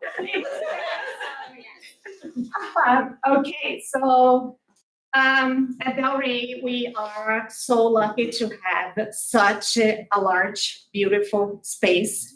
I go to work every day, and when I have the time to sit on the wellness center, I really look around and wow, I'm so glad that we can provide this space for the kids. Because of the space, I'm able to have the wellness center open during most recesses, and students can drop in for quiet recess. So some wants to check in, some just wants to do quiet activities, and we do quiet activities together. So this year, approximately 195 unique, so almost half of our students have spontaneously dropped in during recess for quiet time. I typically have, it varies. Sometimes I have 45 students in a day. Sometimes I have 20. So I try to do the average, around the 25 students a day. We have incorporated quiet cart also with activities. So the students have another opportunity. Maybe the wellness center is closed, or maybe they want to do something quiet, but they still want to do outdoors. So, there's activities there for them to do. I run friendship clubs. I have piloted those on third grade, and I ran a survey, and it was voluntary. Almost everyone wanted to be part of the club. So that was a little bit of a learning curve for me. I was like, okay, we'll make it work. So I rotated 4 weeks, and we talked about different topics, and I had 5th graders come and support me as friendship ambassadors, another leadership opportunity for them, and they loved doing that, and the little ones loved having them. Those are some pictures of the activities that I run, and I'm big into the weeks, the spirit weeks, 5th graders leading, activities. That's pretty self-explanatory. I have daily student wellness drop-in time after morning recess and afternoon recess, where students in the upper grades can self-refer with their teacher's permission to come drop in, and students in the primary grades can be referred by a staff member. I can hold about 5 students in my wellness center comfortably at a time. So I go out at recess whenever I can because they cannot come to me in the morning. So I go out and I help support along with Mrs. Natal. We support equipment check-in and check-out where students have responsibility of managing student council leaders and other students now beyond student council, which is great, help manage checking out the equipment in and out so that it doesn't go into the creeks and onto the roofs and we're not losing the equipment, which is a great leadership opportunity for the students that are interested in being involved in that. And it helps also with like cross-grade collaboration. So third graders will be running checkout for fifth grade students, which I think is great. Weekly staff wellness drop-in, which can also be done ad hoc, but I have two times during the week to try and catch as many schedules as possible, given IAs and staff members that have different times of day. Quiet Parts at 2 out of our 3 playgrounds that I help manage. And then we had a great wellness week in December with therapy dogs and dance parties, and we're doing another one in May, and I'm really excited. Oh my God. That dog. That's me, sorry. So busy. Okay, so I incorporated the well-known fact that music changes your mood. And we actually, fearless leader incorporated that we have dance parties in the morning, which tends to draw crowds and happy little visitors. And they get excited when they're out there. They play tag and all kinds of games to music that we play, that we select, that gets them going, gets them in the mood, and changes the vibe at school. That's one. Number 2, we do a little cart we call a recess wagon that if you've ever been to a gathering and you don't know what to do with yourself, you're not sure who you want to talk to and you're uncomfortable asking, or you may not like the game that's being played, the recess wagon has you covered. That's a place where you can go and you can play a game by yourself or by yourself with others that are also playing by themselves. So you can be a part of a group by yourself. Sort of. So you're not really alone, and you're not standing there twiddling your thumbs. You're not going to the office looking for someone to entertain you or something to do. You have purpose, you have choices. There's things that are there to do. Tons of stuff on that wagon. The last but not least, the ever important junior coaches. Recently, Playworks came to our school and changed the way we did things, 100%. The junior coaches, I can't imagine what it would be like without them. But they have changed the big game, the show, lunch recess and snack recess entirely. They are there implementing, they're leading, they're guiding, they're problem solving, they're doing all the things that one person could possibly do. Plus they're gaining lots of different things from it that they're themselves are learning. So it's trickle down and it's changing the community at City Hall. And that's what we do different. That was amazing. That was like a commercial. So this is the taste of Miss Aileen and Wagner Ranch. This is what I'm excited about at my school. So I initiated something called Wellness Ambassadors this year. It started as a little nugget of an idea that I placed in the ears of 4th graders at the end of last year. And this year they said, when are you doing this? When are you starting this? And they said, I don't know. I don't even know what it is. And so student leaders really held me accountable and said, we are meeting with you and we are developing this program. So what it became is voluntary to any 5th graders. It was intended to be 4th and 5th, but like Susanna said, everyone wanted to do it. So I had 28 5th graders sign up. They go in every week to kinder through 3rd grade classes, and they have created their own coping skill presentations. They have given me their orders, so they come in with squish balls or sensory stickers. I had a student, I didn't realize she was sad because she didn't get a stone yet, because that's happening on Friday for her class, a little worry stone. So word's getting around about the ambassadors. And then they're just so proud of themselves. They come and drop their supplies off to me and they're just like, yeah, that's so great. So that's them teaching in the classroom. I also am really fortunate to have a space where I can have open center time. I think some of you have dropped into my Wellness Wednesdays a few times. And so every class has a couple of passes. Students take turns, students volunteer. On average, I have 44 students a week attend, and 359 unique students have come this year to Wellness Wednesday. So kids at least want to try it out, which is very cool. And then lastly, just like Molly, I try to incorporate some staff wellness. I try to do something at least once a month. This is a picture of our appreciation station where you wrote one note for somebody and then they were all delivered. Those were my wellness interns for a day who got to help me with some groups. And we had a smoothie sip that we passed around to teachers. And it's just those little things that brighten the day that just make the entire community feel really great. And then on these, We wanted to provide a sampling of some of the feedback that they've gotten. And so we have staff feedback on all 4 of the sites. And again, I don't want to read these out loud to you, but take time to read them. We also have parent and caregiver feedback about each one of them at each of the sites. And both of these are so valuable and important. But again, that's student feedback coming about their wellness counselors and what it means for them, and the importance of all caps. I see that as celebratory, not yelling. So what's next?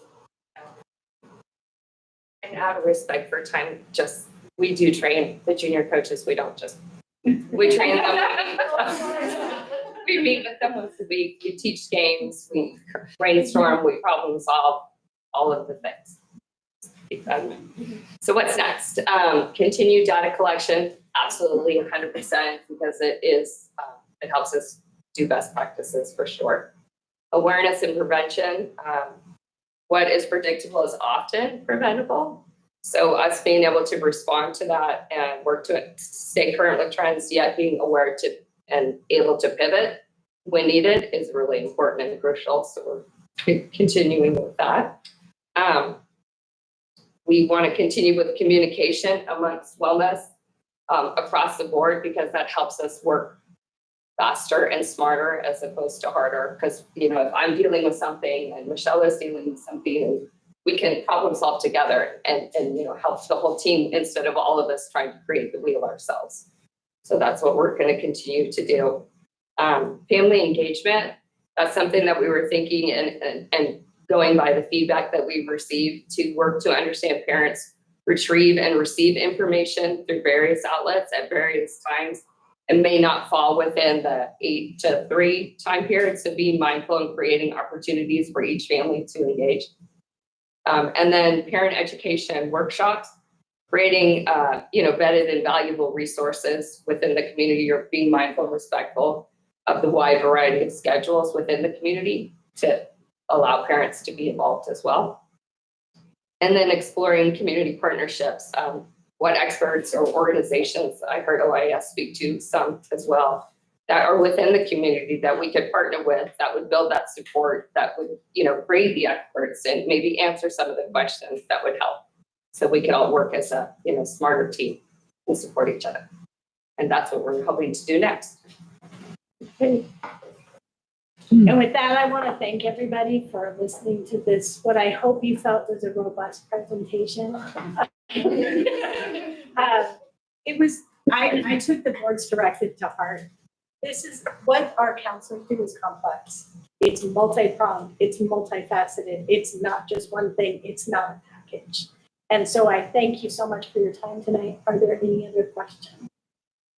Board have any feedback or questions? I just want to thank each and every one of you. I mean, this really was an amazing presentation. This program has grown so much since my time, joining the board. And it just, all of our students have so many different things that they're facing or need to deal with. And just to know that the support is there. I mean, hearing about the school refusal and, how you're addressing that. And I mean, that was so detailed to hear all the different steps that you're taking there. And I know that really impacts so many students. We've heard, attendance presentations and, that's just an example of something that you guys talked about tonight that really resonated with me. There's so much in here that, I'm part of the wellness committee. And so, we definitely dove into a lot of this, but I just really want to thank all of you. Similarly, thank you so much. I know it's late and you have to go to work in the morning. And everyone stuck around for the whole thing. That's really comprehensive and educational as well, which is actually super helpful from my vantage point to have all that information when we're making decisions. So thank you. And you also do a ton of work, and thank you for that. And then lastly, I'm sure it was me in a meeting a year ago who was like, well, I want to see data about who's using the wellness. And you have all of it, and it's really great. And I did say it last year, but I'll say it again. Not very many districts have anything close to this much support in this area. Are you getting questions yet from people from other districts? Are they asking about what you're doing? Honestly, it's like a model. I don't think it's out there. And I appreciate that you've turned it into a program, because I think the answer last year was like, well, we do this and this, and we'll get you some data next year. And it's clearly formed into a much comprehensive program. On the road. Yeah. Take the show. That way. Right, exactly. We'll show your Even district. seeing student comments, calling you wellness Yeah. teachers, like they're Yes. really learning there too. So that, yeah. We haven't talked about how to spell counselor though. The LCAP input demonstrates that nobody in our community can spell it. I know there's multiple ways that you can spell counselor. Answer your question, Sure. Folks from that this year I had some interns from I just have social work colleagues at Muscle and Walnut Creek who come and it is the Wellness Wednesday as well. So there has been really positive community and offers a partnership. Thank you. I think you'll probably get more of those kind of questions from other people too. But I think for the OAS team kicking off this wellness center, you're going to have a whole bunch of kids that are just going to like ask where the wellness center is, and so it'll already kind of be built in, and they'll be ready to use it. Maybe wear that hat too. Ready for Wellness Wednesday at OAS.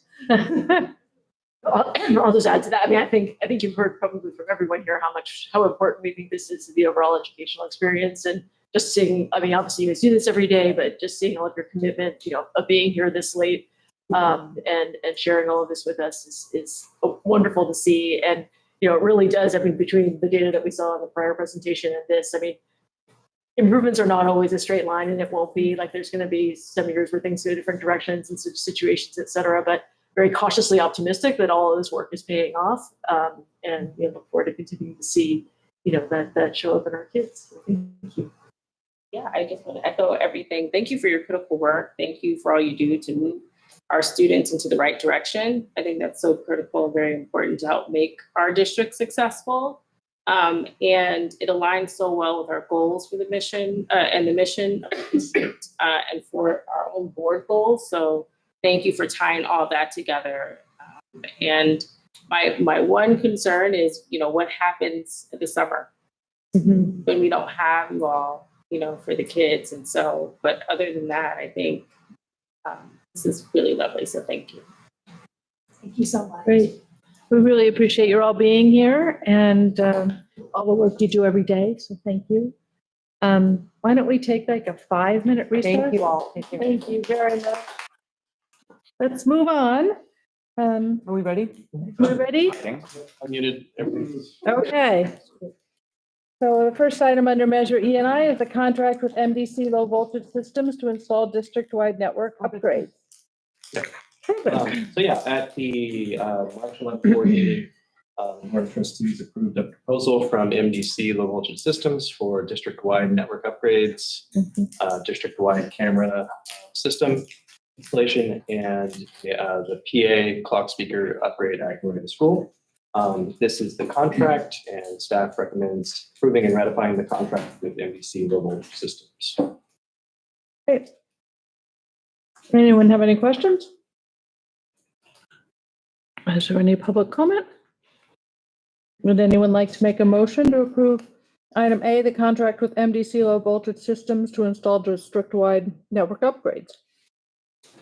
I mean, I'll make the motion. I just want to say quickly, we had a very lengthy presentation about this at our last meeting, so right, based on all of that, so just Yeah, not just yeah, that approving. was just- No, yeah. It's not just fair. We want to make- Yeah, I just want to make that clear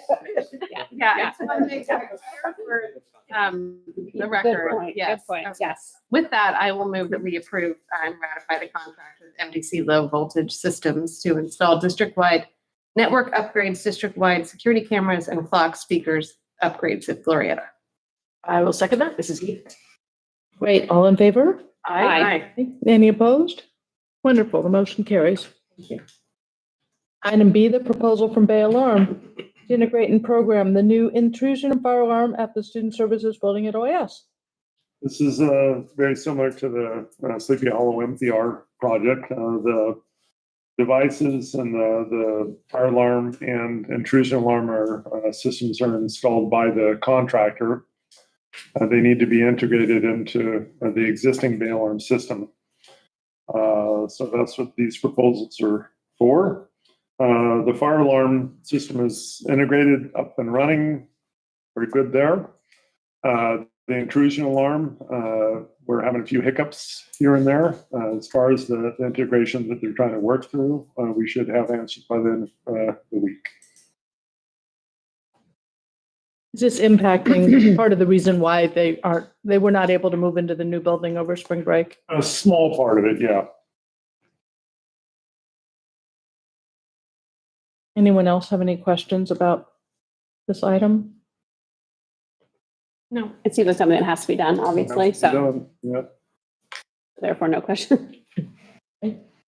Would someone like to make a motion then to approve the proposal from Bay Alarm to integrate and program the new intrusion and fire alarm system at the Student Services Building at OAS? This is Hillary. I move that we approve the proposal from Bay Alarm to integrate and program the new intrusion and fire alarm at the Student Services Building at OIS. This is Katie, I second. All in favor? Aye. Aye. Great, the motion carries. Next, we have the extension for the Inspector of Record Services. This is actually the second extension. Originally, the project was for the services for the IOR were to run from June 2022 through the end of August 2023. November 13th, 2023, the board approved the proposal to extend the Inspector of Record services through the end of January. We've now got into April, so this proposal is to extend the services through the end of April and throughout closing the project out with DSA. Given that we only have 2 weeks left in April, do you know? I'm sorry? I said, given that we only have 2 weeks left in April, I do you? feel confident we're going to get there. Thank you. And this isn't just HVAC, it's I mean, this is for the student services. The building. for the new building. Yes. So this kind of extension has come before us multiple times, I know for the HVAC, not for this. But on 2 big projects, it has come forward. So going forward, future projects, is there cost savings to being more realistic about the timeline upfront, or is it just contractual, so it doesn't really matter if you go ahead and extend it later? I think so. I think, especially with the HVAC, I think it was, I don't know, I wasn't there, a little optimistic on reaching those goals. Moving forward, the bigger project's going to be the modernizations. Those are really going to be kind of, the nice thing about those is we will be looking and working with whatever contractor that we get. As far as working through schedules, we have a different management team on board that I think will be a lot more involved on that front end of it, and we'll have much more realistic expectations. About timeline. That would just be my thoughts about this, because these have come up before. I agree with that. I do too. Right. Yeah. Would someone like to make a motion for the extension of the Inspector of Record Services? This is Hillary. I move that we approve the extension for Inspector of Record Services for the Student Services Building at OIS through the end of April 2024. This is Katie, I second. All in favor? Aye. Aye. Any opposed? Great, the motion carries. Next one to the change order for OIS Student Services Building Project Meeting. Yeah, built into the total budget of this are contingencies and allowances for unforeseen conditions, things that come up through the project. This was part of increment 1 as well as increment 2. We try to keep within that contingency where we can. There were a lot of issues that came up, a lot of things that we added to it, which put us over our contingencies by the total of $74,944.14.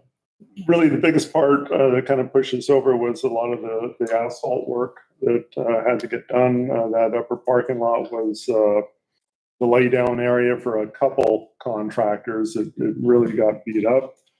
It just made sense to, while we're there, economy of scale and all that, to go ahead and get that part done. So we're asking that you approve this. This would be the final, as well as the final change order to this, which will allow us to close the project. This work is all pretty much already done. What happens if we don't? Does that include the like asphalt outside some of those doors that we saw and Outside the doors? like at the OIS Student Services Building on the side between the building and the next wing?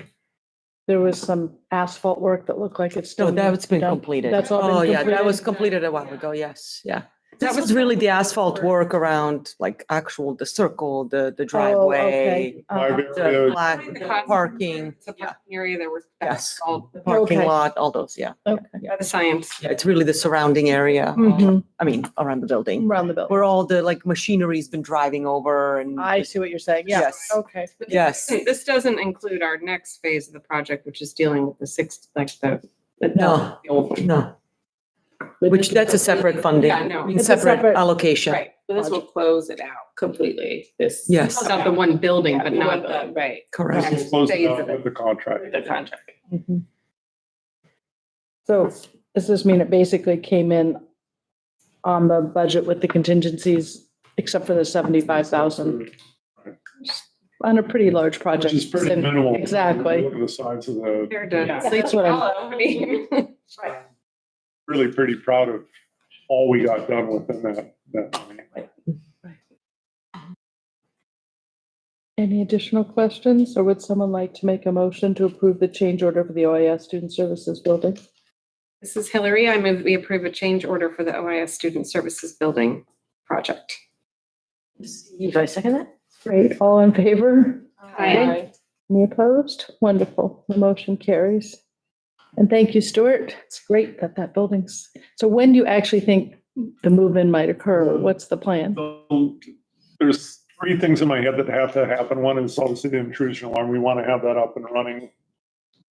So we can get people moved in. We have the movers and everything lined up. We have a plan. Kevin and I have worked with the staff as far as the tech and all that. So that's all kind of on deck, if you will, waiting to happen. So it'd be the making sure that the intrusion alarm is indeed up and running the way we want it. Not back order, but a delay in getting the cylinders, the keyed cylinders for the building. That's a national issue there as far as we can get keys and stuff like that, but as far as the actual cylinders and get them keyed per the matrix that we want, that's delayed. We still don't have them for the MPR. Really? City Hall, to give you an idea, we're much smaller scope there. We're able to work with construction floors there.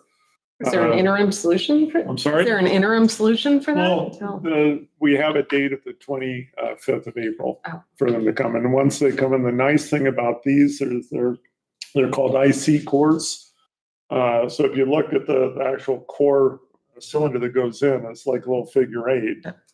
So you don't have to pull the whole assembly apart to change the cylinder out. It's called a control key. You put it in, you turn it, the whole cylinder comes out, new one goes in. So that process should go pretty quickly.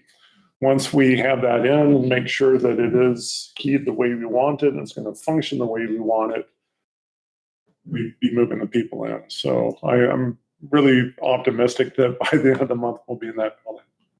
Thank you. Can I just, since we're talking about the closing of the building, we've talked about the ribbon cutting for Sleepy Hollow once the project is done.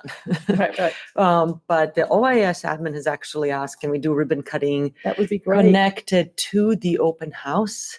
It is, I believe it's Thursday, May 2nd. Thank you. That's great. So because they already have the jazz band playing I think that and would they be have great. the public coming in. So Yeah. they would want to do sort of a symbolic ribbon cutting on that Thursday because the community's already there. I think that would be great. Happy? The 6 o'clock, your open house is at 6, right? There's 6. Classrooms. We do Okay, it I'm sorry. first. 6 on So my, they would do it around 5, right? Yeah, like that. That would be great. Okay, so I can give you the exact details if the board feels like that's okay. I think that That's would be great. Okay, so I then think that would be great. I'll let Stacy know. Okay, I might be. We should Okay. make sure to invite city yes, people, and, absolutely. you know. Yeah. Okay, then Okay, we'll great. move forward with that. Yeah, I think that would be great. Okay, perfect. Okay, Okay, great. Thank you so much. So board policies, items listed under the board policies section are typically updates and new policies or administrative regulations that have been recommended by the California School Boards Association. These policies are generally acted on by the Board of Trustees in one motion. There's no discussion of specific policies before the board vote unless a member of the board, staff, or public requests specific items to be discussed and or removed from the board policies section. It is understood that the administration recommends approval of all board policies as presented. Each item in the board policy section approved by the board shall be deemed to have been considered in full and adopted as recommended. Does anyone have anything they need to pull from the list of board policies? Would someone like to make a motion to approve the board policies? This is Hillary. I move that we approve the board policies. This is Katie, I second. All in favor? Aye. Aye. Any opposed? Great. The motion carries. So that brings us to communications. Charles, OEA?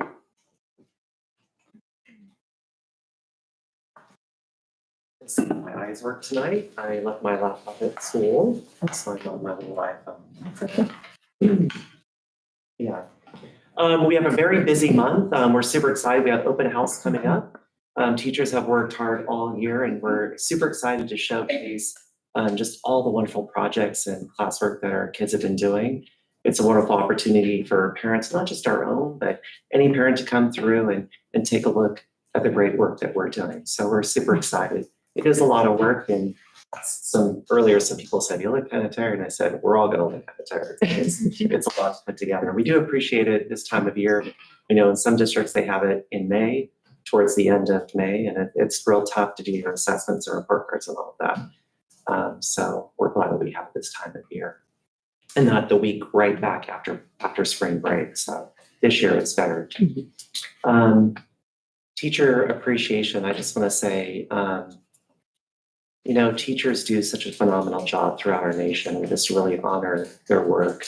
It's just so important to our democracy and having responsible students who know to live out their passions and have the tools, you know, the things that they've learned in school to be, you know, who they want to be and live out a joyful life, you know, doing what they're really passionate about. So we really enjoy that. Every day I go to work and I feel like it's a blessing, just being able to help develop young minds and responsible students to be, you know, amazing citizens. So I think we do such a great job here of doing that.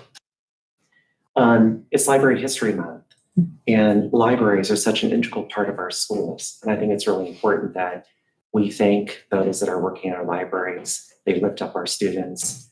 The books that we have are just so important to developing our kids. So I always really enjoy this month and going to my, you know, we have Emma. She's amazing. And just saying to her, thank you for all you do. Our kids are so inspiring every time they go to the library. And also we work together with her to make sure that there's support for the work that we do in our classrooms. Our libraries are a really important hub at the school, and we want to keep our libraries strong. We also know that it's Poetry Month. A lot of our kids really connect with poetry. We've done a lot of poetry in my class, and I'm hearing that from my colleagues. It's just really a great way for kids to express. It's not as long-winded as our writing program, so some kids really appreciate that. But you'll have to go through classrooms and see some of the poetry we've been doing, because this is one of the months that we really emphasize in our poetry. It's History Month. Heritage Month. I think it's really important that we acknowledge, because we in this district really want to make sure that all kids feel included. And so this is a month where that is something that we want to try to focus on, because we have those kids in our schools. So that's important. In closing, I just want to say,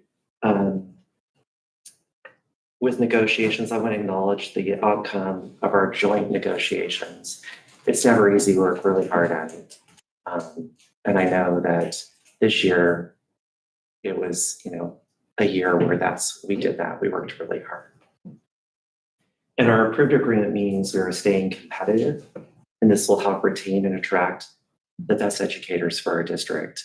And I really want to commend everyone for doing it. I know it wasn't easy, but I truly believe that to really retain those we have in this district and attract the best. And we're seeing some people come from some of those districts that have a more competitive package, but we now are up there. And it was through a lot of hard work. And we know it's not over. We know it's not easy, but we're there and we really appreciate it. I know you've been committed. You told me last year, this is a commitment Aida said, our superintendent said, I'm committed in making sure that Orinda stays strong. And that means making sure that we do what we need to do for our teachers and staff to retain that competitiveness and to be attractive. And we're there. We really appreciate it. And it's not easy, but we did it. So I just want to thank you. Appreciate it. And that's it. Have a good evening. Thank you. I don't see any representative from CSEA. No, there's no one here from CSEA. Are there any cabinet updates? I know it's a long meeting. I'll It's just, okay. if that's okay, since we had a public comment related to nature area, I just wanted to provide the board a quick update that actually today, Stuart and myself spent almost 2 hours at the nature area with a certified arborist who's helping us as the last piece of the bid package that would go out to actually help gain an understanding of how much would it cost to safely reopen the area. And even throughout the walk, the expert in the field was changing how to even approach the proposal because, and we were just looking at, reopening the paths, don't look into the nature area, but what would that look like? So, looking from like, I can't just even give you a number because I have no idea how many hours it will take. So he's going to actually go back in to examine how to even propose to give a bid package because the damage is extensive. I think some of the kind of troubling thing that we heard is that the way some of the trees, the older trees have been taken care of or even trimmed in the past is contributing or not trimmed to the damage right now. So some of the limbs, the way they shouldn't have been trimmed are why they're falling off right now. Or so I think it's really important that we get somebody in there who actually consults. And they're actually much more about less trimming, let the trees handle themselves, as opposed to sometimes when you over trim, actually that causes like a long-term why our trees are falling. There's a lot of talk about our trees being genetically connected, which is why there's so much of a domino effect of them crumbling, sort of tree branches falling, really big ones, the eucalyptus trees needing to be removed and so on. He talked about certain trees kind of working together. He said if you take this tree out, this tree's been protecting the other ones. Right. When you gotta look at it collectively rather than kind of individually. So a lot of items that I never would have thought about. Never thought about, and actually probably a lot fewer trees to be fully removed than we thought, but a lot more work. So we went actually fully into the nature area, which we haven't done since the storm. Well, I mean, it's completely overgrown. A lot of poison oak, some ticks came back with us. So we'll get a proposal on what needs to be done and work on that. But I think the figures of what we were estimating could be higher. Sounds like it. What that could look like. So I think what we're trying to figure out is, could there be another phase of fencing, or could there be something else that we can help at least maybe get into the kitchen area and so on? Because that right now is a lot of mosquitoes, it's just so we just need to, that's what Stuart said. It's interesting how the nature just kind of folds itself into a nature. And that's what we saw when we got in there. You made recommendations at the level of the credential of the arborists who are Yes, to get, make yes, sure that they're. yes. So that they don't do Well, that they were damage in the long run, yeah. And then, what kind of ongoing care if we really don't want to be in this situation again. So we'll work on the proposal. We'll have this agendized at the next board meeting. So between now and then, of what could be the care, or where are we, at least even an update. In the meantime, and we did have a Reg Bear there from the Friends, was with us. He was our tour guide of the nature area, which was really great for the expertise. Without him, I would have not gone into certain areas because I forgot that there were paths there, to be honest. But we walked through and trucked along. We'll get that, and then we'll have some sort of an update. And yeah. Great. And their open house by invite only, because it's small, is on this Sunday, the Earth Day. So I know I'll be there saying a couple words. Our partnership is strong with the Friends, and we continue meeting continuously and working. We'll even meet before the next board meeting too. So Thank you. yeah. Helpful. Great. Other than that, no other cabinet updates. Board updates? I'll keep it short. There's a lot over the last month. I was looking at Mhm. the calendar, even with spring break. I was gonna say I'm gonna attend that open house or whatever they're calling it. And just echo Aida's comments that, we've been talking to the Friends quite a lot. We've been meeting with them pretty regularly and having ongoing conversation and joint priority of, reopening what we can safely. So just wanted to say that. I attended the one board meeting last week, I think it was. I was unable to attend their event this past week, but at the board meeting, there was definitely a lot of ongoing conversation around, one of our consent items tonight, which is the contract that we have for, facilities, wanting to see facilities projects moving forward at the school sites. And there was definitely some strong sentiment shared about, wanting those things to move forward and some frustrations. And I know that's already been shared, but just wanted to bring that up here as well. Beyond that, I don't know, we had a board coffee, OIS site visit. I don't know, there's been a lot. And we have a food service committee meeting this week, so that's exciting. I'll keep it brief too. I think this coming week, actually, it's busier board-wise for me. So I'm going to Glorieta on Wednesday for my visit. Be attending the founders lunch on Wednesday. All right, I am as well. That's we have honoring Brian Rogers. That's the we have a wellness committee meeting this week, and open house is on Thursday.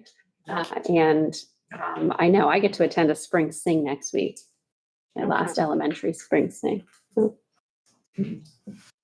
that's it.